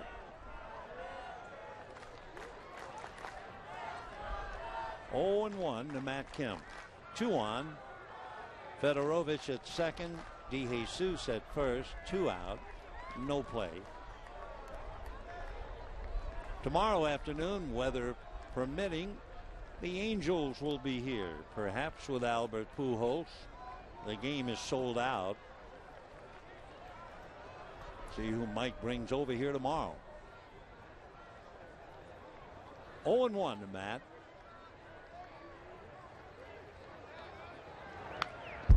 Foul to the screen. So Matt in a hole now. No balls and 2 strikes.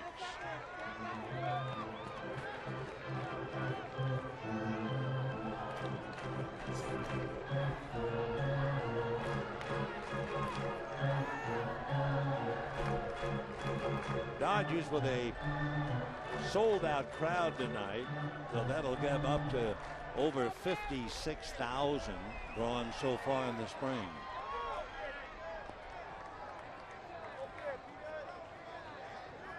They are here despite the forecasts of poor weather, and it's held up okay. And then there is tomorrow.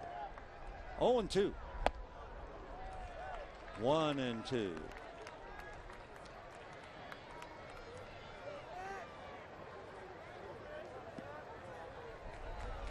Matt hitting third in the Dodger lineup with Juan Rivera getting back of him. 2 on, 2 out, 2-1 Giants. Off his foot, no play, foul ball. So Matt will have to walk that off. 1 ball and 2 strikes.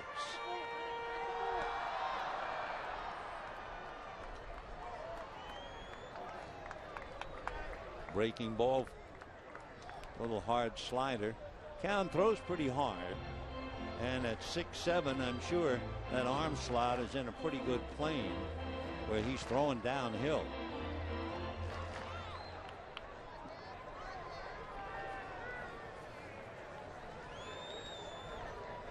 Giants, remember, traded away Jonathan Sanchez.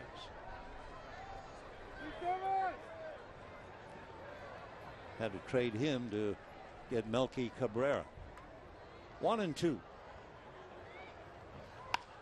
And sliced into shallow right field. Base hit. In comes the tying run. And going over to third is DeJesus. So a modest thing and thine own, but Kemp will keep it. Little flare single to right. Lorenzo Jones coaching at first, over to talk to him. Meanwhile, Tim Wallach over at third, talking to his man DeJesus. Fastball inside, and Matt hit it inside out the other way. Nice bit of hitting. The scoring easily is Fedorovich, and the ball game is tied up 2-2.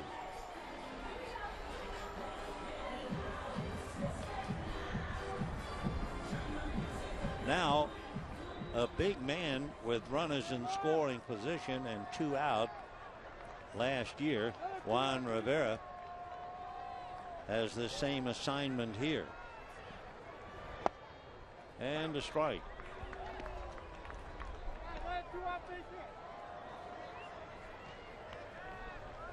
Two tie. 5th inning.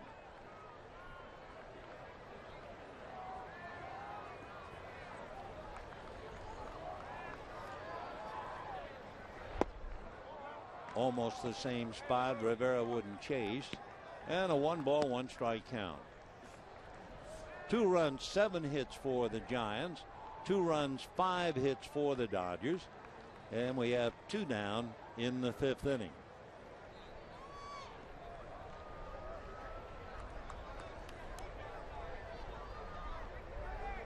One and one. There goes the runner. There goes the ball to the gap. And a diving catch out there in center field by Gregor Blanco. Boy, he can go get him. And that prevents 1, maybe 2 runs.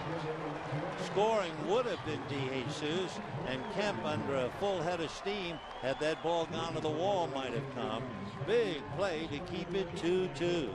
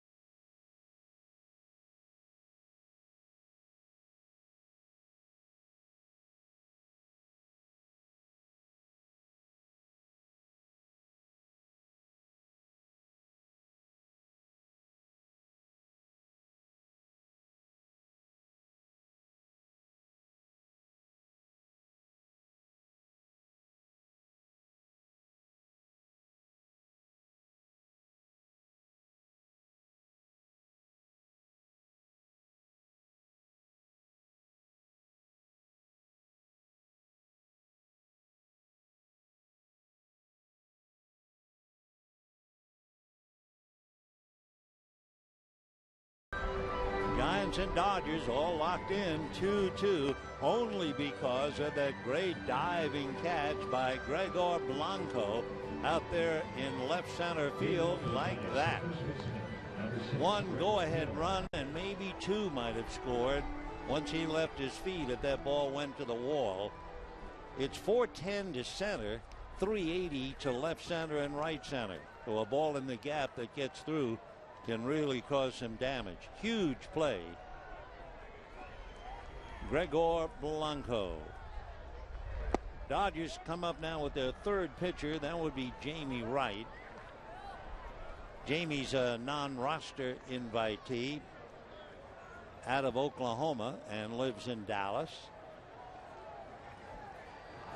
Certainly pitched in the big leagues before, and Dodgers saw him most recently when he was in the National League with Colorado.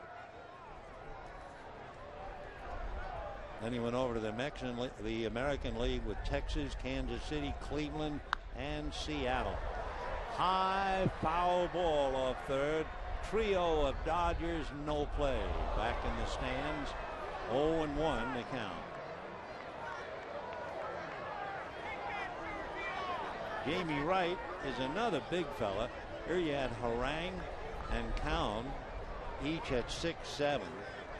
Wright is 6'6", 230.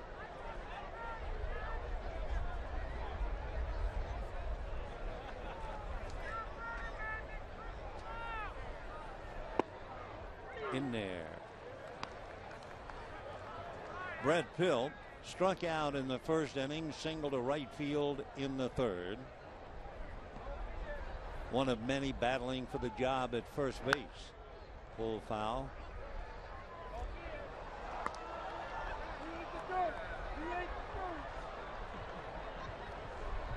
One of the fellas with the Giants, although he's not in the game tonight, is trying to recover from a bad year last year. and that's Aubrey Huff. So you have all these young first basemen realizing that Huff is on tenterhooks unless he shows vast improvement, and they're looking at the job at first base. Giants are also wondering about Barry Zito, who might improve. Gobbled up nicely by Sellers to take care of Pill. Short hopping on the dead run, one away. Barry Zito has been going to school with teacher Tom House. Tom House, a greatly respected pitching coach who ran a pitching school, I believe at USC. Barry, one of many there, and House feels that Zito is on track and ready to have a good year. Of course, this is the time of year for optimism, and Barry Zito could use a good year to get some of the wolves off his back in San Francisco. You get that big contract and they expect you to win all the time. It didn't work.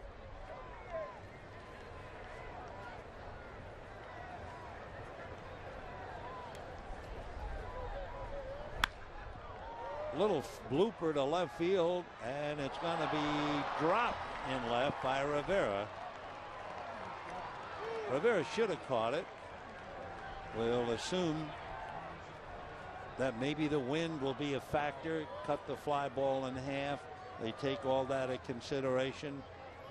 The bottom dropped out of the ball. There's no two ways about it. Here he comes, and then suddenly it's dying, and he tried to backhand it. So it'll go as a pop fly single to left field. Sanchez would like it. He's 1 for 3. Wright's not happy. He gives up a hit. And the batter is Emmanuel Burris. Fouled away. Dodgers usually would see Emmanuel Burris as a pinch runner, defensive replacement on the infield if need be. He's certainly been around. Been with the Giants up and down the last 4 years.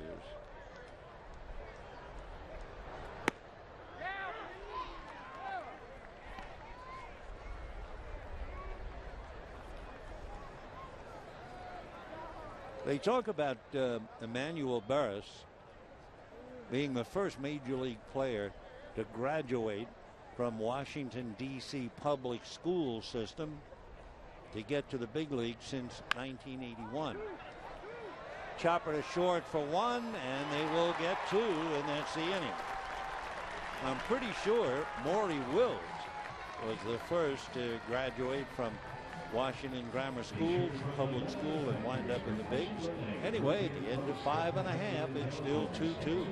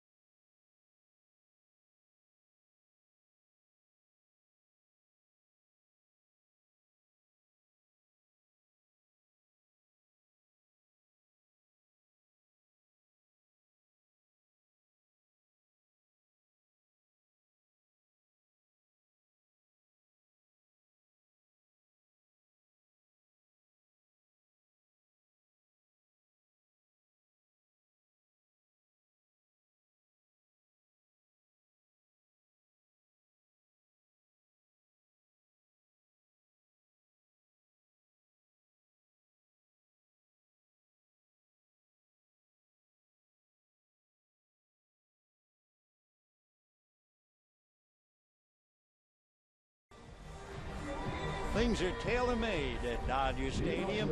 We have special ticket packages of all kinds. And a reminder, the Dodgers probably have the perfect special ticket package for you. So to find the package that fits you best, visit Dodgers.com/ticket packs today. We have a good one going here. 6th inning, a 2-2 tie, some wonderful defensive plays. Joaquin Arias is now at shortstop for the Giants, taking over for Brandon Crawford. And fouling off the first pitch is Jerry Sands for the Dodgers. So the Giants scored 2 on a home run in the first inning, ably abetted by that win. Dodgers came back with 1 and then settled for the tying run in the 5th inning. Big diving catch by Gregor Blanco in center field prevented the Dodgers from taking the lead in the 6th inning. So it's a good ball game. He's quite a player to watch. Runs like the wind. Blanco is 1 for 3 with the bat, but he also has a stolen base, so he can do a lot. 2-1 the count to Jerry Sands. On the outside corner, Sands fighting it a little bit. Wants so badly to make the ball club, but struggling in the spring. Came into the game hitting just 167, and he's 0 for 2 tonight.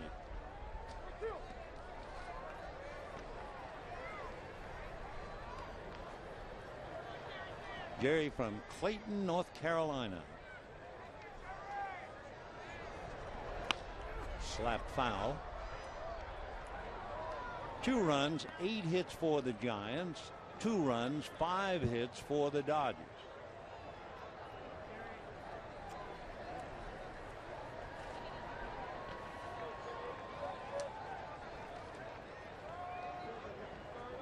Dodgers, remember last year, finished 3.5 games behind the Giants. Giants finished 8 games behind Arizona. And Jerry, you'll take first. The first baseman, number 7, James Loney.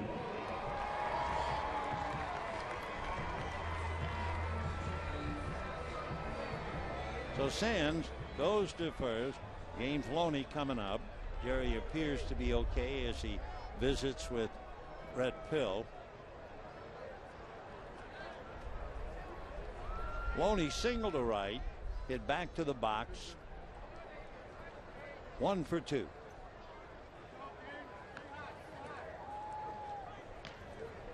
Left-hander Brian Burris, and now right-hander Andrew Town.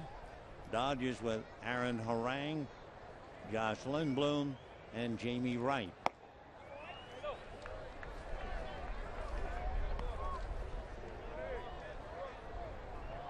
Giants won 86 games last year with all their troubles, the weak offense, and all the injuries. And the Dodgers, with all of their struggles, won 82. But that meant they weren't close to Arizona, because Arizona had a solid year and won 94 games.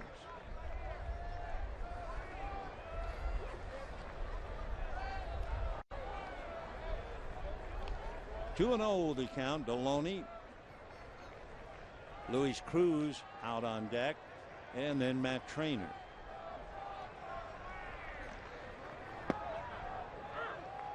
Quite a pitch on the corner at the knees away. 2-1.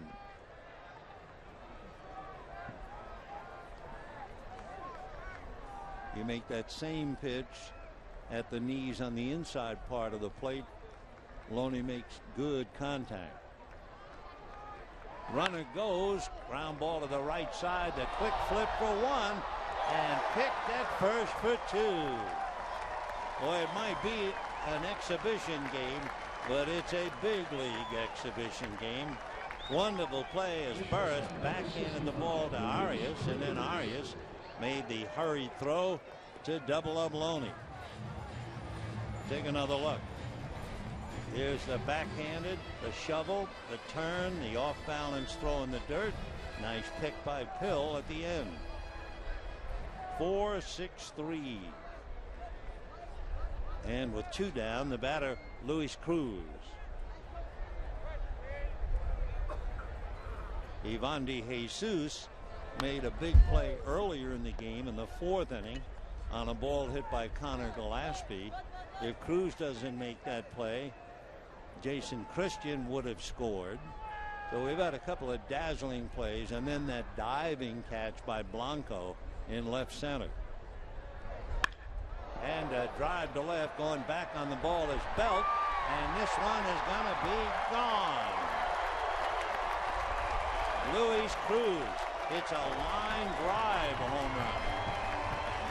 And the Dodgers take a 3-2 lead.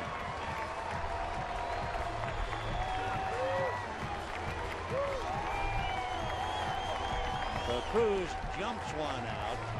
Wind had nothing to do with that one. He's a fellow with a little power. He had as many as 12 home runs years ago in Mobile. He had 10 home runs 2 years ago in Nashville. But those were minor league home runs. This was a whistler into the pen. So the Dodgers lead 3-2. Luis Cruz hits a home run, and we will see now about a pitching change. And the Giants are going to the pen. Cowan is going to the dugout, and we'll be back.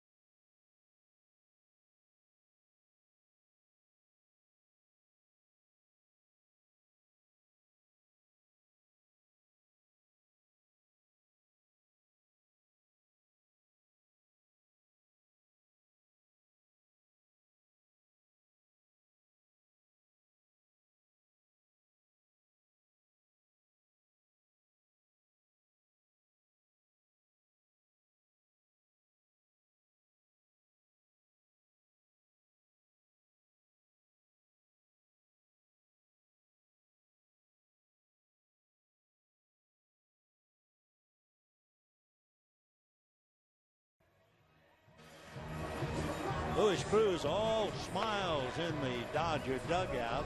One of the first to greet him was Matt Kemp. Several others came over, and Trent Olson came over.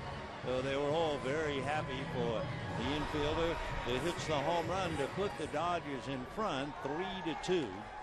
So that took care of Andrew Cowan, and they bring in Steve Edlifson. Edlifson out of Minnesota. Born in Minneapolis, lives in Bloomington. And ball 1 to Matt Trainer. Josh Bard is out on deck to possibly hit for Jamie Wright. Edlifson has moved along very nicely up through the Giants system. That's a strike. He's been in the organization 5 years and has moved right along. Strictly a reliever. 16th round pick 5 years ago. 6'2", about 200.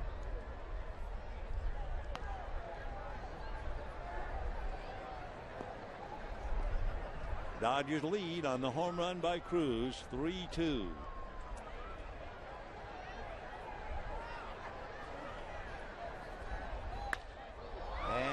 Lifted to center. Blanco's at the other end of it. And Gregor puts that away. So that's the end of the inning. However, the Dodgers got the home run by Cruz to break the tie. And we're heading to the 7th. 3-2 Dodgers.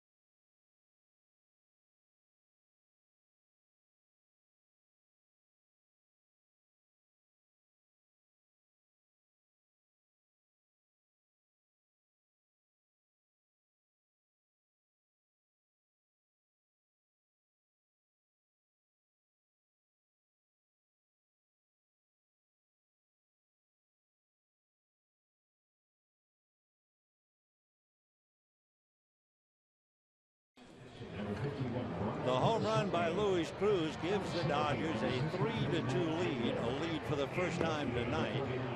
And the Dodgers now bring in their 4th pitcher as they make other changes.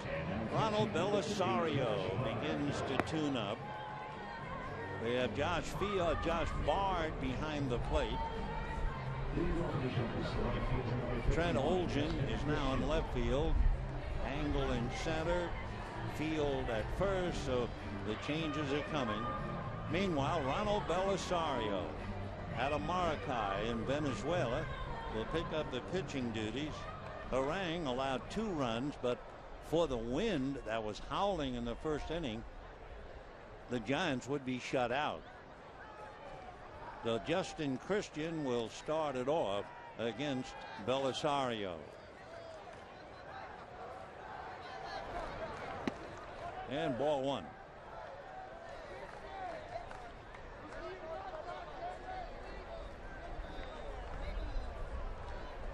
Christian grounded into a double play, double to left, and was left at third.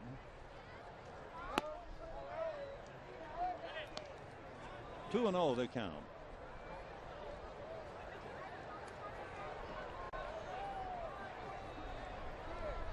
Ronald Belisario. He's had a lot of things go wrong for him trying to right the ship. A big man who's been in some trouble. He's 6'3", 237. He'll be suspended for the first 25 games of the season for a violation of Major League Baseball's drug prevention program. Big and throws hard. 6'3", about 240.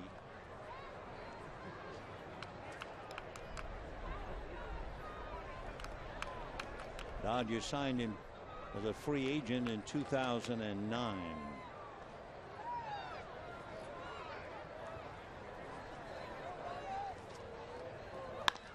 Big bouncer speared by Justin Sellers, and just like that, one away in the 7th inning.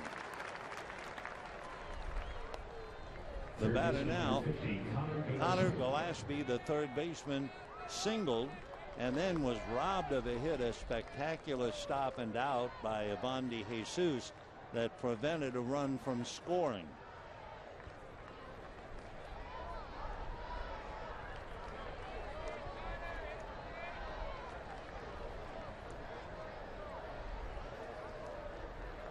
3 runs, 6 hits for the Dodgers, 2 runs, 8 hits for the Giants. Giants scored 2 in the first. Dodgers came back with 1. Dodgers then scored a run in the 5th and a run in the 6th to take the lead for the first time. Dodger infield now. Josh Field at first. Ivan DeJesus at second. Luis Cruz at short. Justin Sellers at third. Dodger outfield. Trent Olson in left. Matt Angle in center. Jerry Sands in right. And Josh Bard calling signals behind the plate.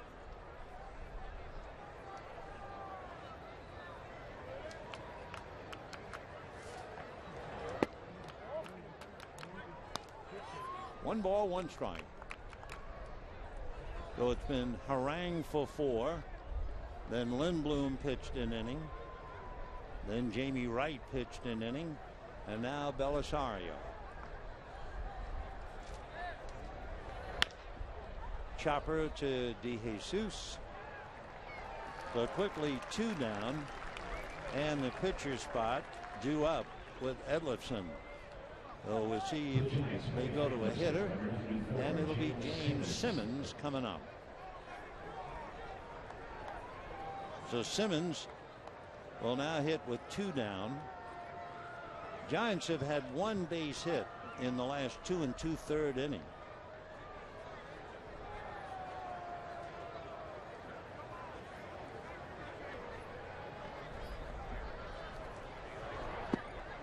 And a strike. 0-1.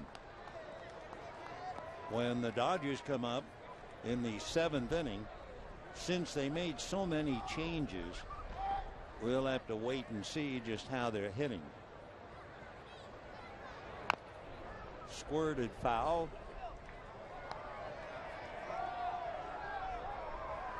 Well, Simmons, another fellow who runs exceptionally well, has not had power in the minor leagues, but we'll see what he does here.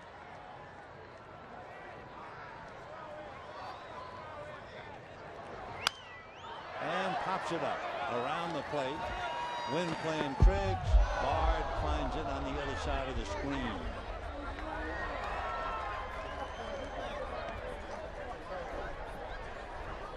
Though Belisario working 0-2. Another cracked bat. There have been quite a few for the Giants. They've had to go to the woodpile several times.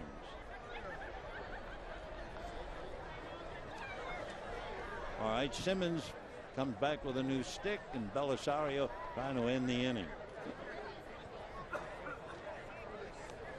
A couple of defensive plays have kept the score down. Gillespie made a play. Ivan DeJesus made a dazzling play that stopped a run. Blanco saved at least 1 for the Giants. So they've been very sharp. And down goes Simmons. So a nice inning for Ronald Belisario. And for the Giants, at least with this lineup, really struggling trying to score. And we're heading for the bottom of the 7th, 3-2 Dodgers.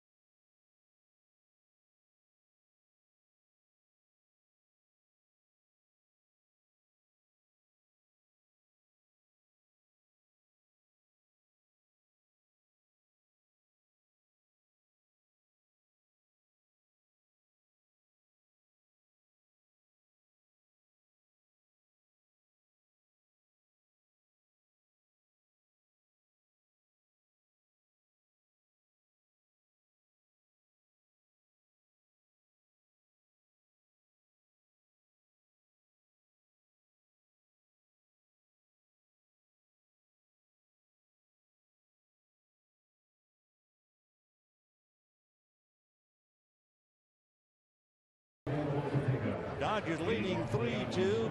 They play Take Me Out to the ball game, and the crowd enjoying themselves. A sold-out crowd tonight, so that would get the Dodgers up to around 56,000 so far for spring training, and they have another sellout guaranteed with the Angels tomorrow. Meanwhile, Matt Engel will lead it off against Matt Yorkin. Tries to drag a bunt, leaves it behind the plate. 0-1 the count to Matt Engel.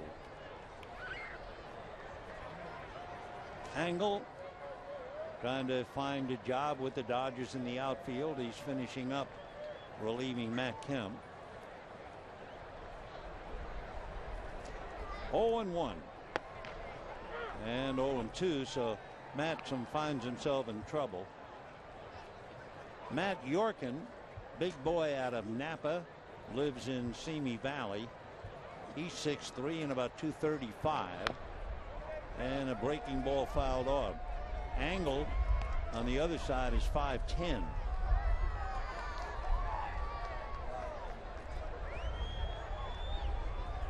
Yorkin in his career working on Engel.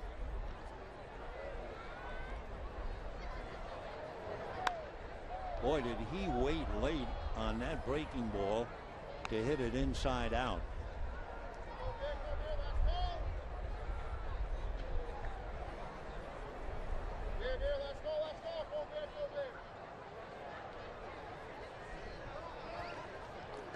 Oh, and 2. Oh, he looked and flinched and took it. So Engel bunted the foul, then fouled one off on a full swing, and then frozen at the plate, and down he goes. A couple of good pitches by Matt Yorkin, and with one away, Justin Sellers. Sellers tonight, double to left, scored a run, grounded to short, and struck out.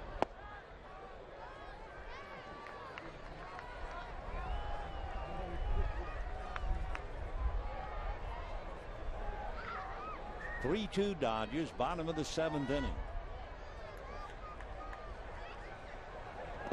In the dirt.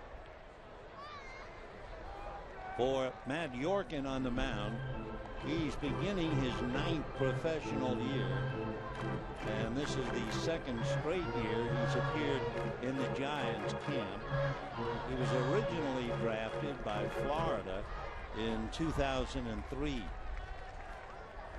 Won 10 games at Fresno last year. Ground ball to the shortstop. That would be Arias to make the play. And we have 2 down in the 7th inning with Ivan De Jesus coming up.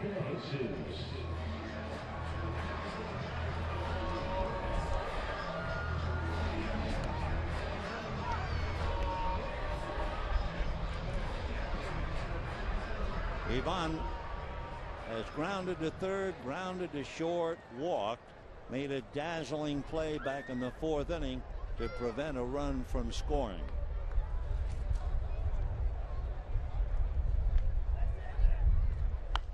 Fouled away.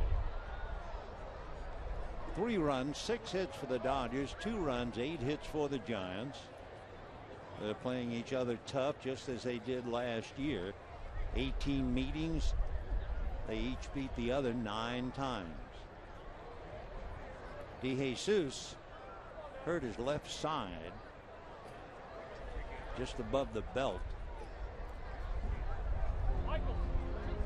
One of the more serious injuries is the oblique, the rib cage. When you hurt that, you can be out for quite some time. Naturally, De Jesus does not want to let on that he's hurting, but it is cool. There's the swing, and he grabbed the side just above the belt immediately. Well, he has assured his club that he's all right. So Ivan have a tendency at this hour in the cool. It's coming up 9:30.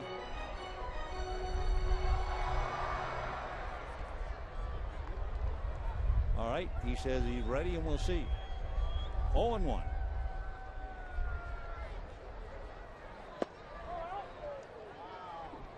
One ball and one strike. 2 outs, 7th inning, 3-2 in favor of the Dodgers.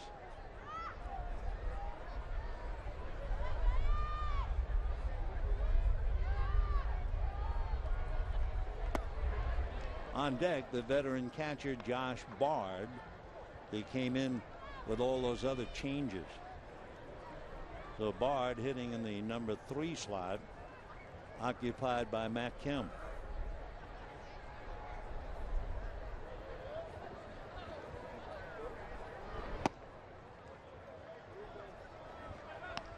Three and one.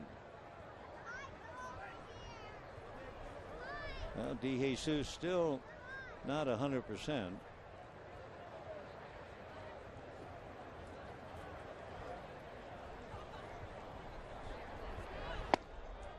Good pitch. 3-2.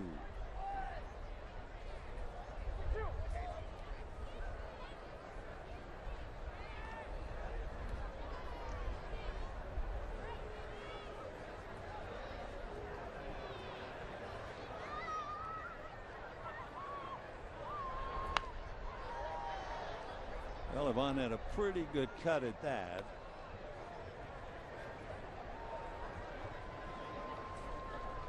Kind of looked down at Tim Wallach and acted like he might have hurt himself on that swing. And that's the real problem. Once you feel it, and of course you're looking for a job and you don't want to come out of the game. The pitch before, the 3-1 pitch that he took for strike 2, it really looked like he didn't want to swing at that pitch. Then he decided he would, and it popped up or hurt him.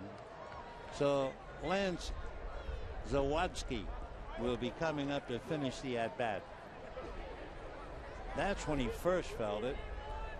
Then he took that pitch, and then the last swing, he just couldn't hang in there. That's too bad. Chopper to the right side. That will do it for Zawadski.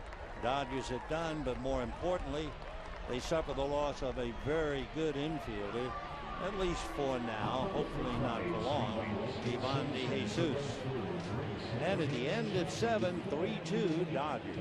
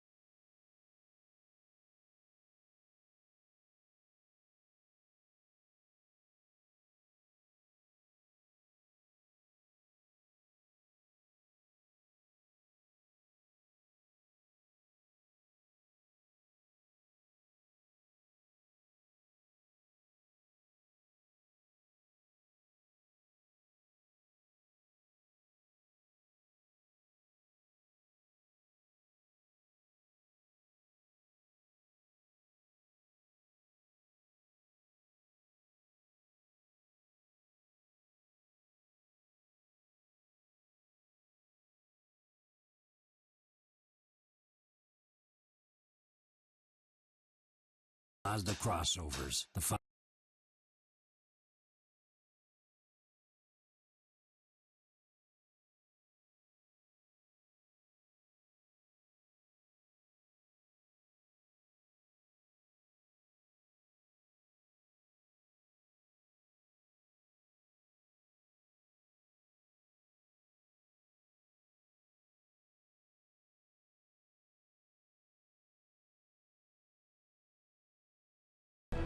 Dodgers lead 3-2. A disappointed Ivan DeJesus.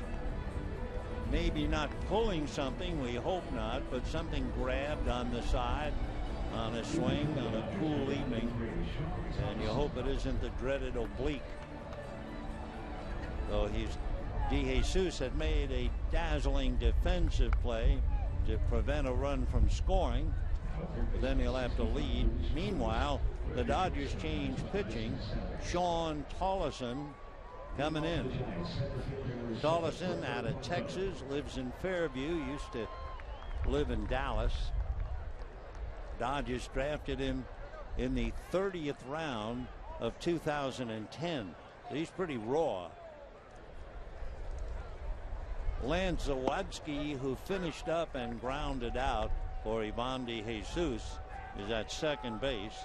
Justin Sellers has moved over to short, and Luis Cruz has moved over to third. So the Dodgers moving the left side of the infield just to see how they handle. Sellers, of course, we've seen play a lot of short, and Cruz now is the third baseman. Dodgers trying to hold on to a 3-2 lead. Harang, Lindblom, Wright, and Belisaro very tough, but now a real youngster, Tolson, coming in.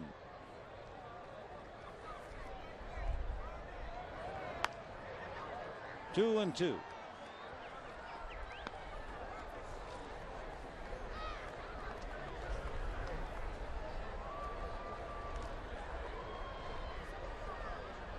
Blanco single to center, popped up, struck out, and made a great catch in left center field.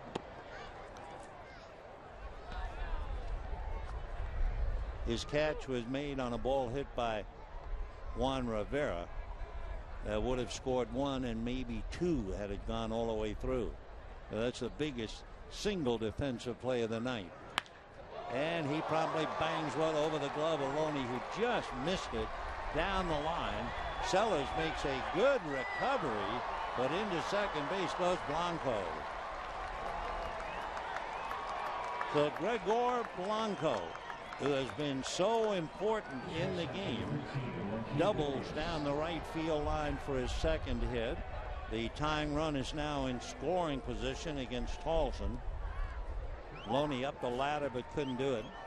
Sellers made a wonderful play. World fired very close to Sellers, but Blanco, with his exceptional speed, is in there with the double. So the tying run is out there, and they have Arias, Belt, and Pill in that order. Josh Bard having a little bit of a problem, I think, with his mask.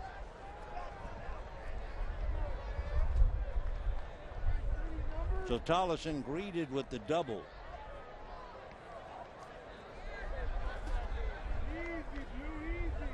Timeout, and there's the guilty part of it.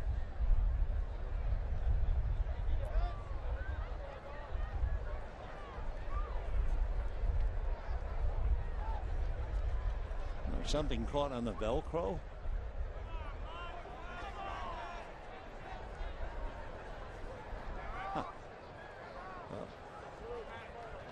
Oh, it might have been the indicator, but how the indicator got caught up,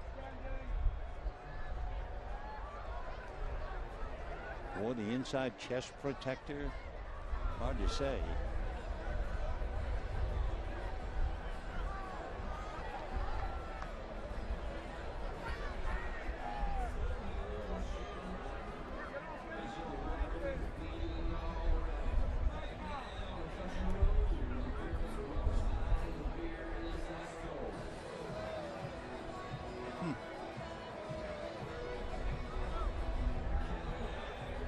To see the problem, but you assume it has something to do with the inside chest protector.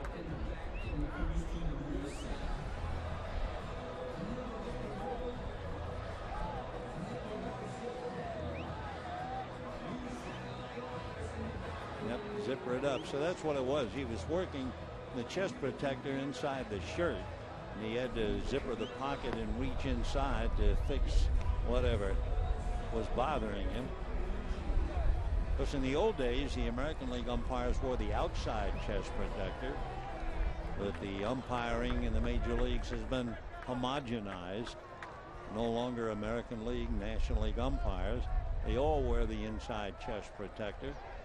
And they need it back there, too. All right, Sean Tolson in trouble with a leadoff double by Gregor Blanco, who not only represents the tying run, but runs so very, very well. So he can be picked up on a base hit pretty easily. 3 runs, 6 hits for the Dodgers, 2 runs, 9 hits for the Giants. And that's poked down the right field line, foul. So they're taking young Sean the other way, trying to get the man over to third at least. Brandon Belt, big left-hand hitter on deck.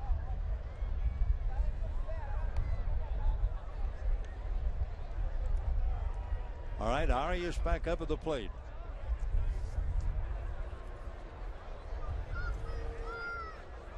Dodgers trying to hold on to a 3-2 lead in the 8th inning. And it is getting cool here. Camel Ranch. Not as cool as tomorrow. Last we checked. Going to be about 57 tomorrow. Sellers playing shortstop now makes the play, but Arias is able to advance Blanco, the tying run, to third. So the tying run at third, 1 out, and Brandon Belt, who hit that wind-blown home run to left field in the first inning, struck out in the third, grounded out in the 5th.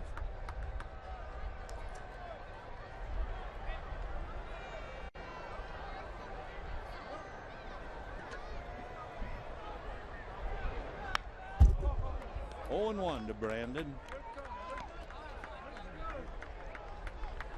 Belt, who can certainly live up to that name. He's a power hitter. No balls and 1 strike.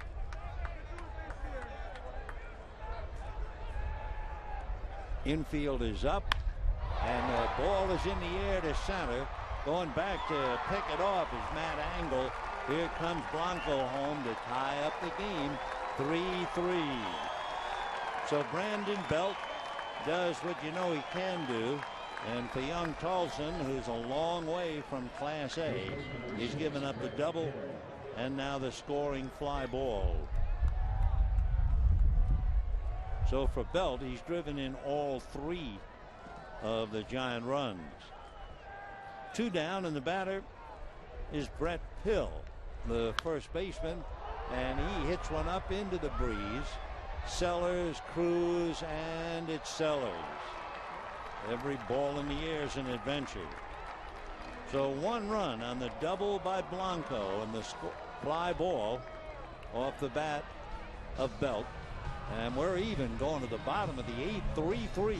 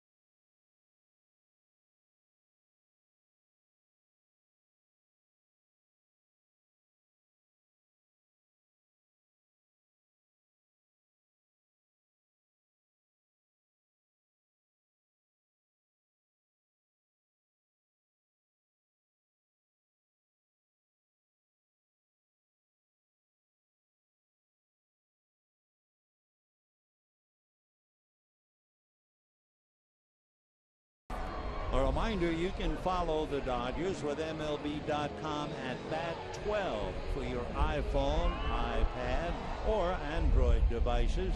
You can get spring training scores, stats, highlights, live audio, and a lot more. Text at Bat to 31826 or visit Dodgers.com for details. Josh Bard takes a curveball for a strike, and the count 0-1. So the veteran catcher, Dodgers remember competing against him when he was with San Diego. Check swing foul. 3 runs, 6 hits for the Dodgers, 3 runs, 9 hits for the Giants. Harang, Lindblom, Wright, Belisario, and Tolleson. 0-2. And Bard, down he goes, 1 away. Left fielder number 49, Trent Olson.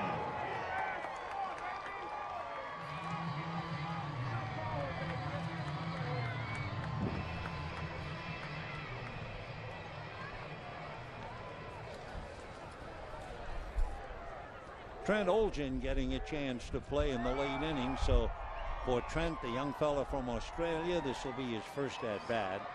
The paid attendance tonight is a whopper, although a lot of folks have left. It's getting cool. It's now in the 60s, and that's cool for Arizona this time. Especially, it's been in the middle 80s for about 2 weeks over here. The paid attendance tonight, 13,655. And see, Olson hit one in the corner, and he's on his way for an extra base hit. And he's going for 3, and the throw to third, he is out.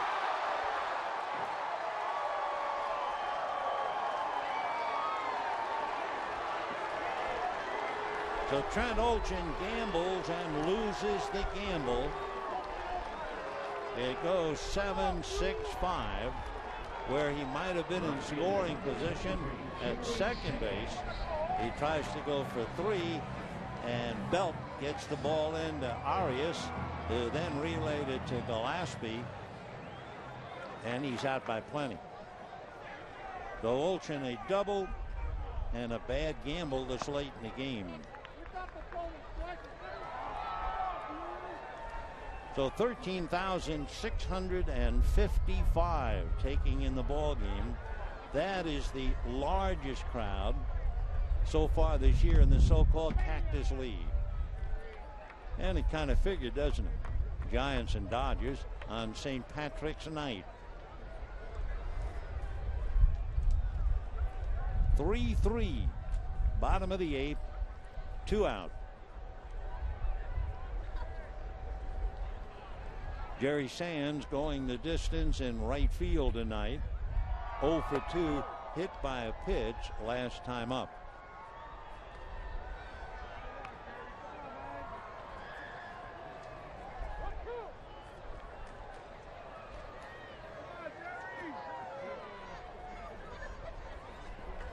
Matt Yorkin, the 4th Giant pitcher. A broken back ground ball smothered at third by Gillespie to get him. And down go the Dodgers. The gamble by Olson came up snake eyes. So no runs, 1 hit, nobody left. And we're heading to the 9th inning at Camelback Ranch in a 3-3 tie.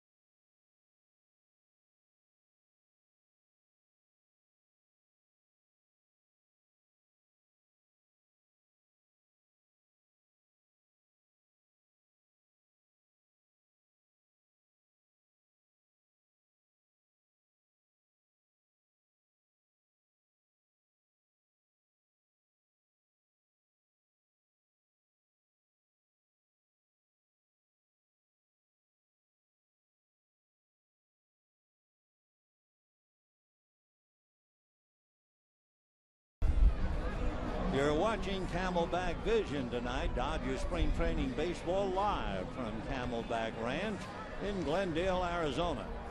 Well, one gamble by the Dodgers on the mound and one gamble on the base paths, and they're tied 3-3.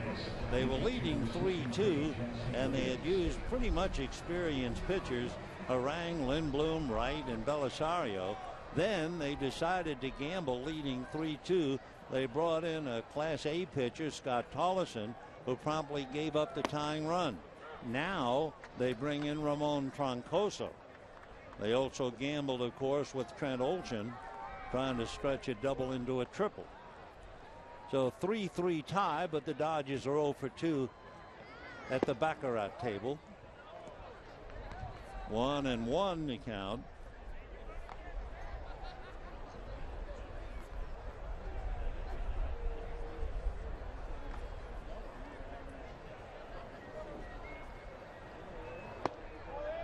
Missed inside, ball 2.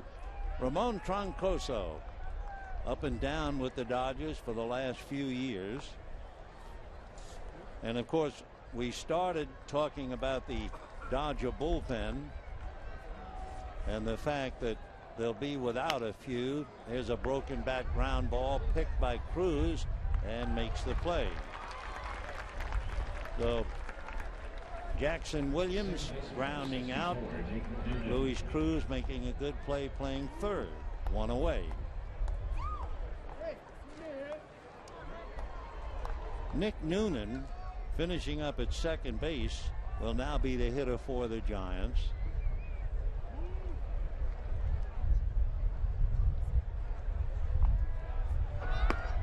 And a strike to Noonan. 0-1 the count.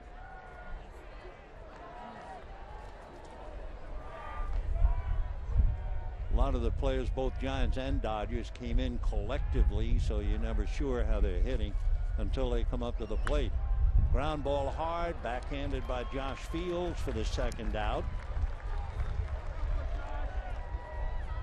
Right fielder number 51, Justin Christian. You know, had it not been for the young pitcher Tolleson, had Tolleson not come in, the Giants would have had one hit since the fourth inning.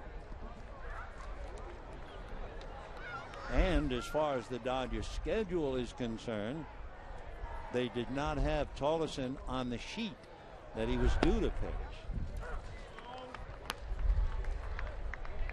Justin Christian hit into a double play, doubled and grounded out. Might have scored except for a great play by Luis Cruz, Ivan De Jesus, in the fourth inning.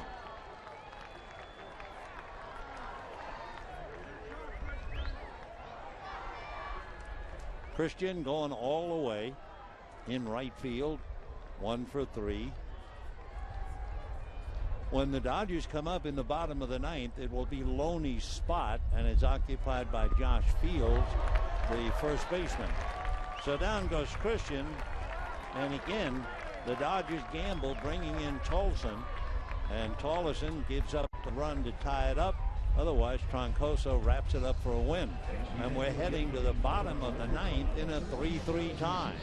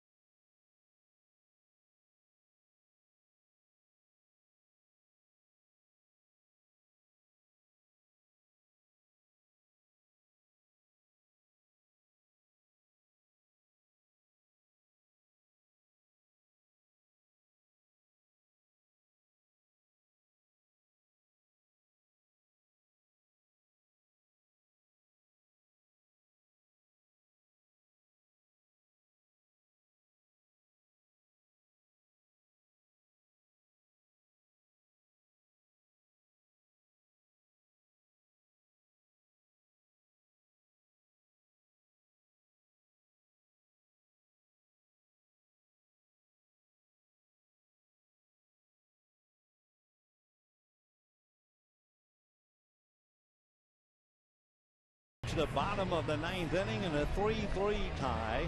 Josh Fields will start it off. Fields finishing up at first base for James Loney. And ball one. Fields is a big man, weighs in at about 235 pounds. In looking at his home run totals, he had 11 last year at Colorado Springs. He's been a couple of times with the big leagues. White Sox, Kansas City. Josh, 29 years old.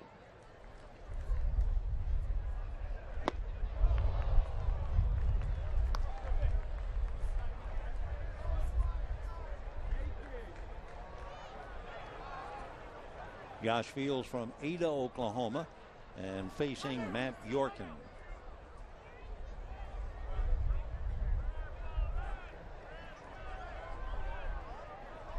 Three runs, 7 hits for the Dodgers. 3 runs, 9 hits for the Giants. Dodgers have a home run from Luis Cruz. The Giants had a home run by Brandon Belt.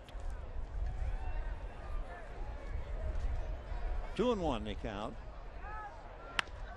Punched on the ground into right field. Base hit. So the Dodgers now with a chance to win it in the bottom of the ninth. A leadoff single. Luis Cruz will be coming up. Cruz grounded out, fly to center, then hit a home run. A line drive into the bullpen. He also made a huge play earlier, both at short and at third. He's had a big night.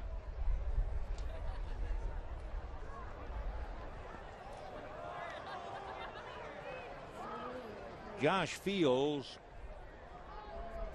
6 years ago, had 28 stolen bases, but he has not been a base stealer really ever since, of high of 8. So Fields, the winning run at first base, nobody out. Cruz trying to advance him. Foul back out of play. Out on deck, Jeff Baisley. Baisley, another infielder, and waiting his turn. 13,655. We're here at the start of the game. Game coming up 3 hours old, and a lot of folks finding it getting a little too cool. 0-1.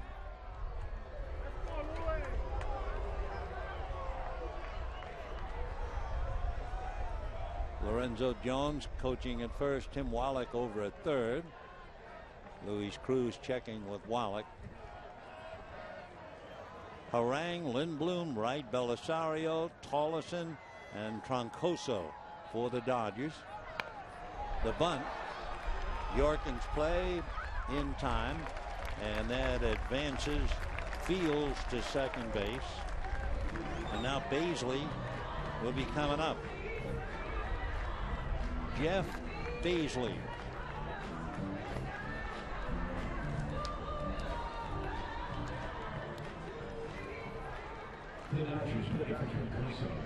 Jeff Baisley lives over here in Scottsdale, but he was born in Tampa, and he's a 29-year-old. Signed back in 2005. Came up for a cup of coffee, as they say, with Oakland. And that's about it. And with first base open, they are going to walk Baisley.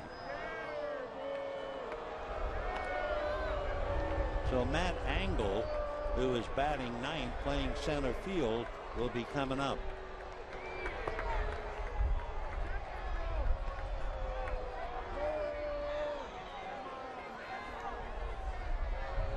So Baisley gets 4. Giants trying to get their work out of there with Matt Angle coming up. Angle, left-hand hitter, So they'd prefer to have him up there facing Yorkin. So in a moment, Baisley will go to first.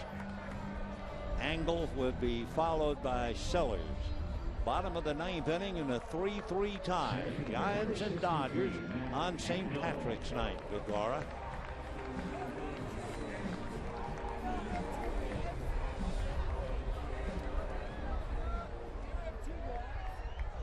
So a big at bat for Angle, who tried to bunt, remember, last time up, fouled it off. Ball one. Sellers waiting on deck. Dodgers with Fields the winning run at second base. Baisley at first. One out, ninth inning, 3-3 tie.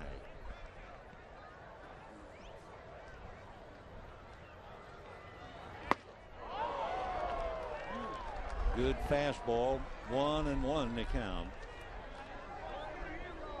Angle 5'10", about 170.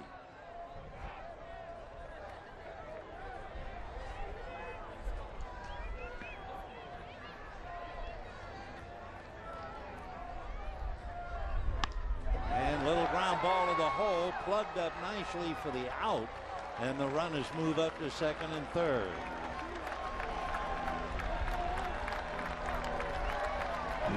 So now first base open. Justin Sellers due up. And let's see what they do. Are they going to pitch to Sellers or go after Lance Wadzicki, who batted for Ivan De Jesus after he hurt himself?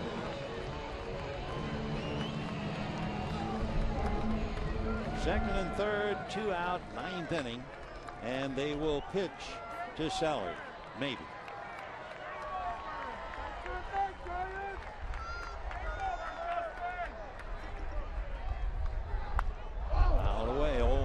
To count. Justin, who did so well last year, he batted .300 against left-hand pitching when he was in there, including a couple of doubles. He did well with men on base. 0-1 to Justin in the dirt. Nice block.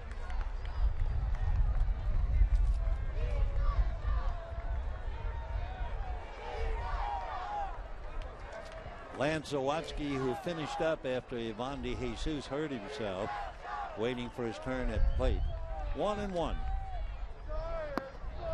Ball two.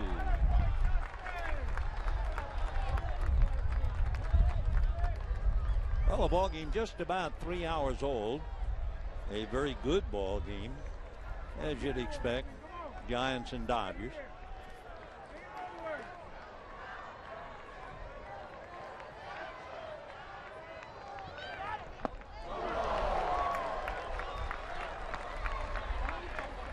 So deuce is wild here. 2 balls, 2 strikes, 2 out, 2 on. Bottom of the ninth. Fields at third, the possible winning run. Baisley at second. 2-2 to Justin Sellers. Check swing. It's going to be strike 3, and the inning is over. So Sellers, fooled on a bad pitch, couldn't hold up, and we're heading for the 10th inning. We're also watching the umpires, and they might very well have decided it's going to be a tie. Yep, that's what they're doing. They have used the Dodgers 6 pitchers and the Giants 4, so 10 pitchers were used. A lot of infielders and outfielders as well. And since it is an exhibition game, they've given the fans a fine game to watch, and they wind it up 3-3, a non-decision. A reminder, tomorrow at 1 o'clock we'll be on KCAL 9. And tomorrow the Dodgers will have Chris Capuano going against Dan Herron of the Angels, weather permitting. We'll talk to you then. Until then, a pleasant good evening from Camelback Ram.